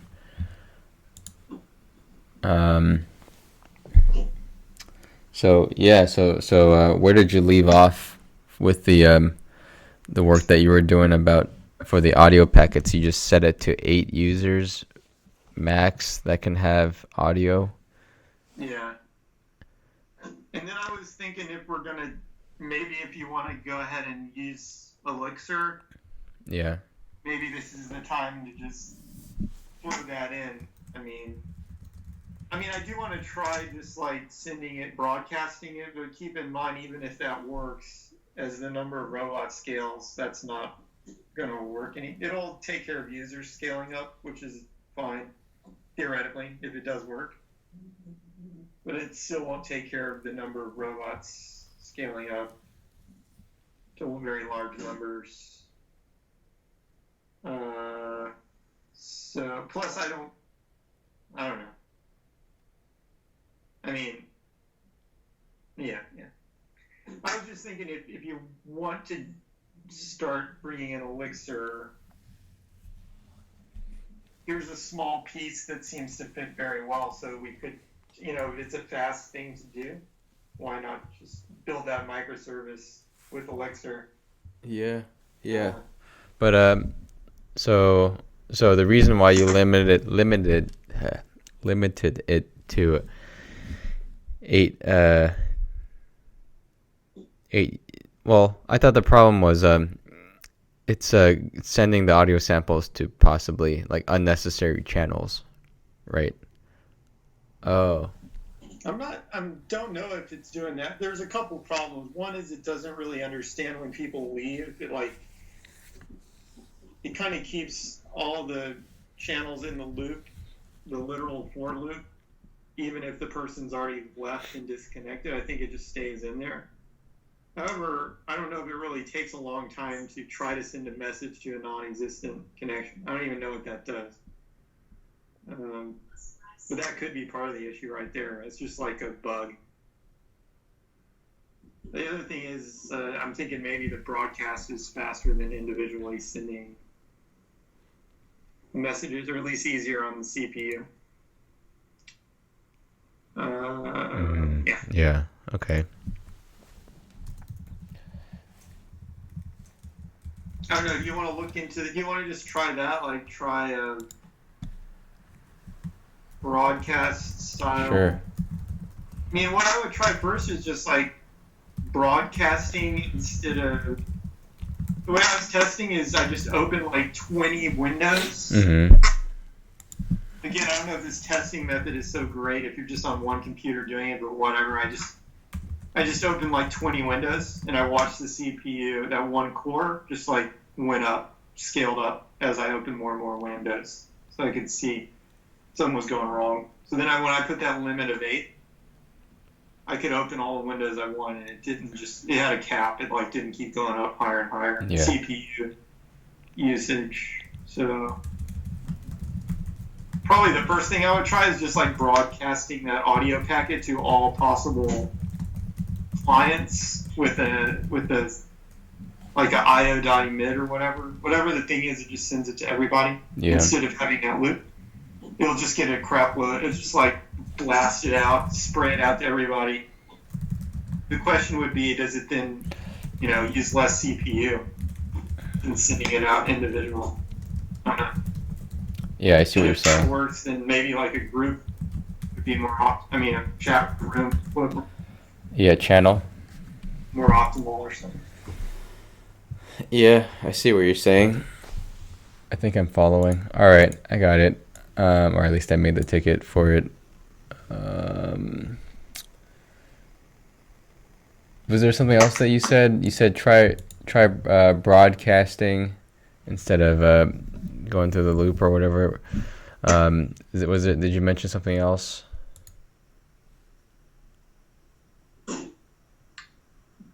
I mean, if that works, then a room is all I said. Using a room. Okay. Yeah. Because I assume the room is like the smaller version, subset version of the same idea. But it takes some, like, to create a room and maintain the rooms, then that's like recreating that data structure again. There's actually some work. Yeah, I got the room part. I thought you had mentioned something else though. I don't know. Maybe not. Maybe it's just my mind. Okay. Anyway, I'll yeah. Let's see. Yeah, I'll look into Well, I'll try that first. The broadcasting. Try the broadcasting. See if that helps. If it doesn't, though, it may need more investigation. Yeah, if it doesn't, then who knows? Anyway, all right, those are good points. I mean, glad you told me that, because I do think that's a lot more important, beneficial to the user than like working on like the audio notifications for receiving credits or something like that.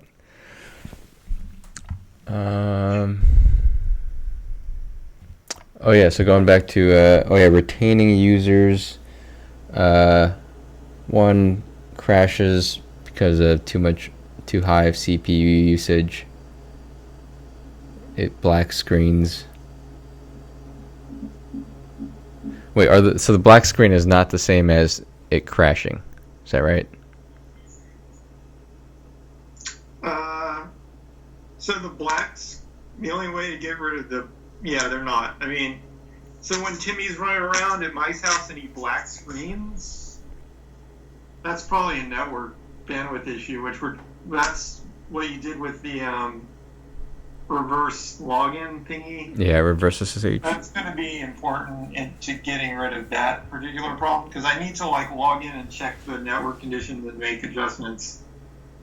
That's the easiest way, anyways, to fix that. I can like drop the resolution or something. Yeah. About what's going on and fix that. And then the other issue is that I was resetting the server like every 30 minutes to stop this CPU leak from blowing everything out and making it unusable. But I'm saying the CPU leak is because of apparently these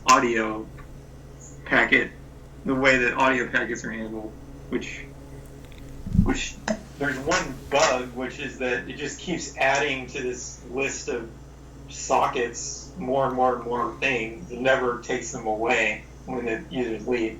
That's one problem. And two, it's walking through that list, sending to each client, and I don't know if that's an efficient way. Yeah. To do it. Well, I mean the latter.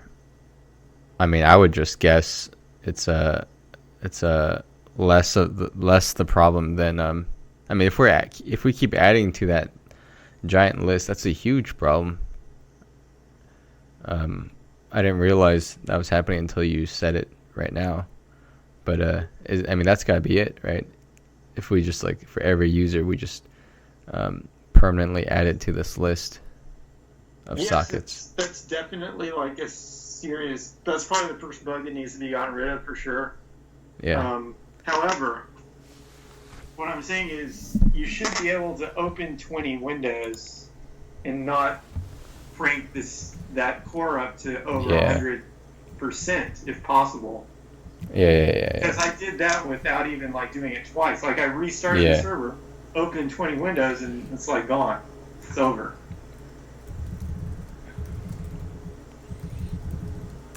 Gotcha. Yeah.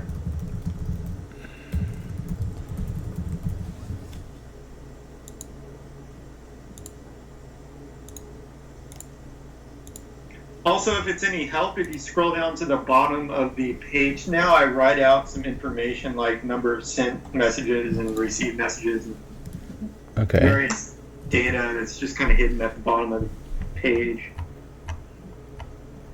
in pink.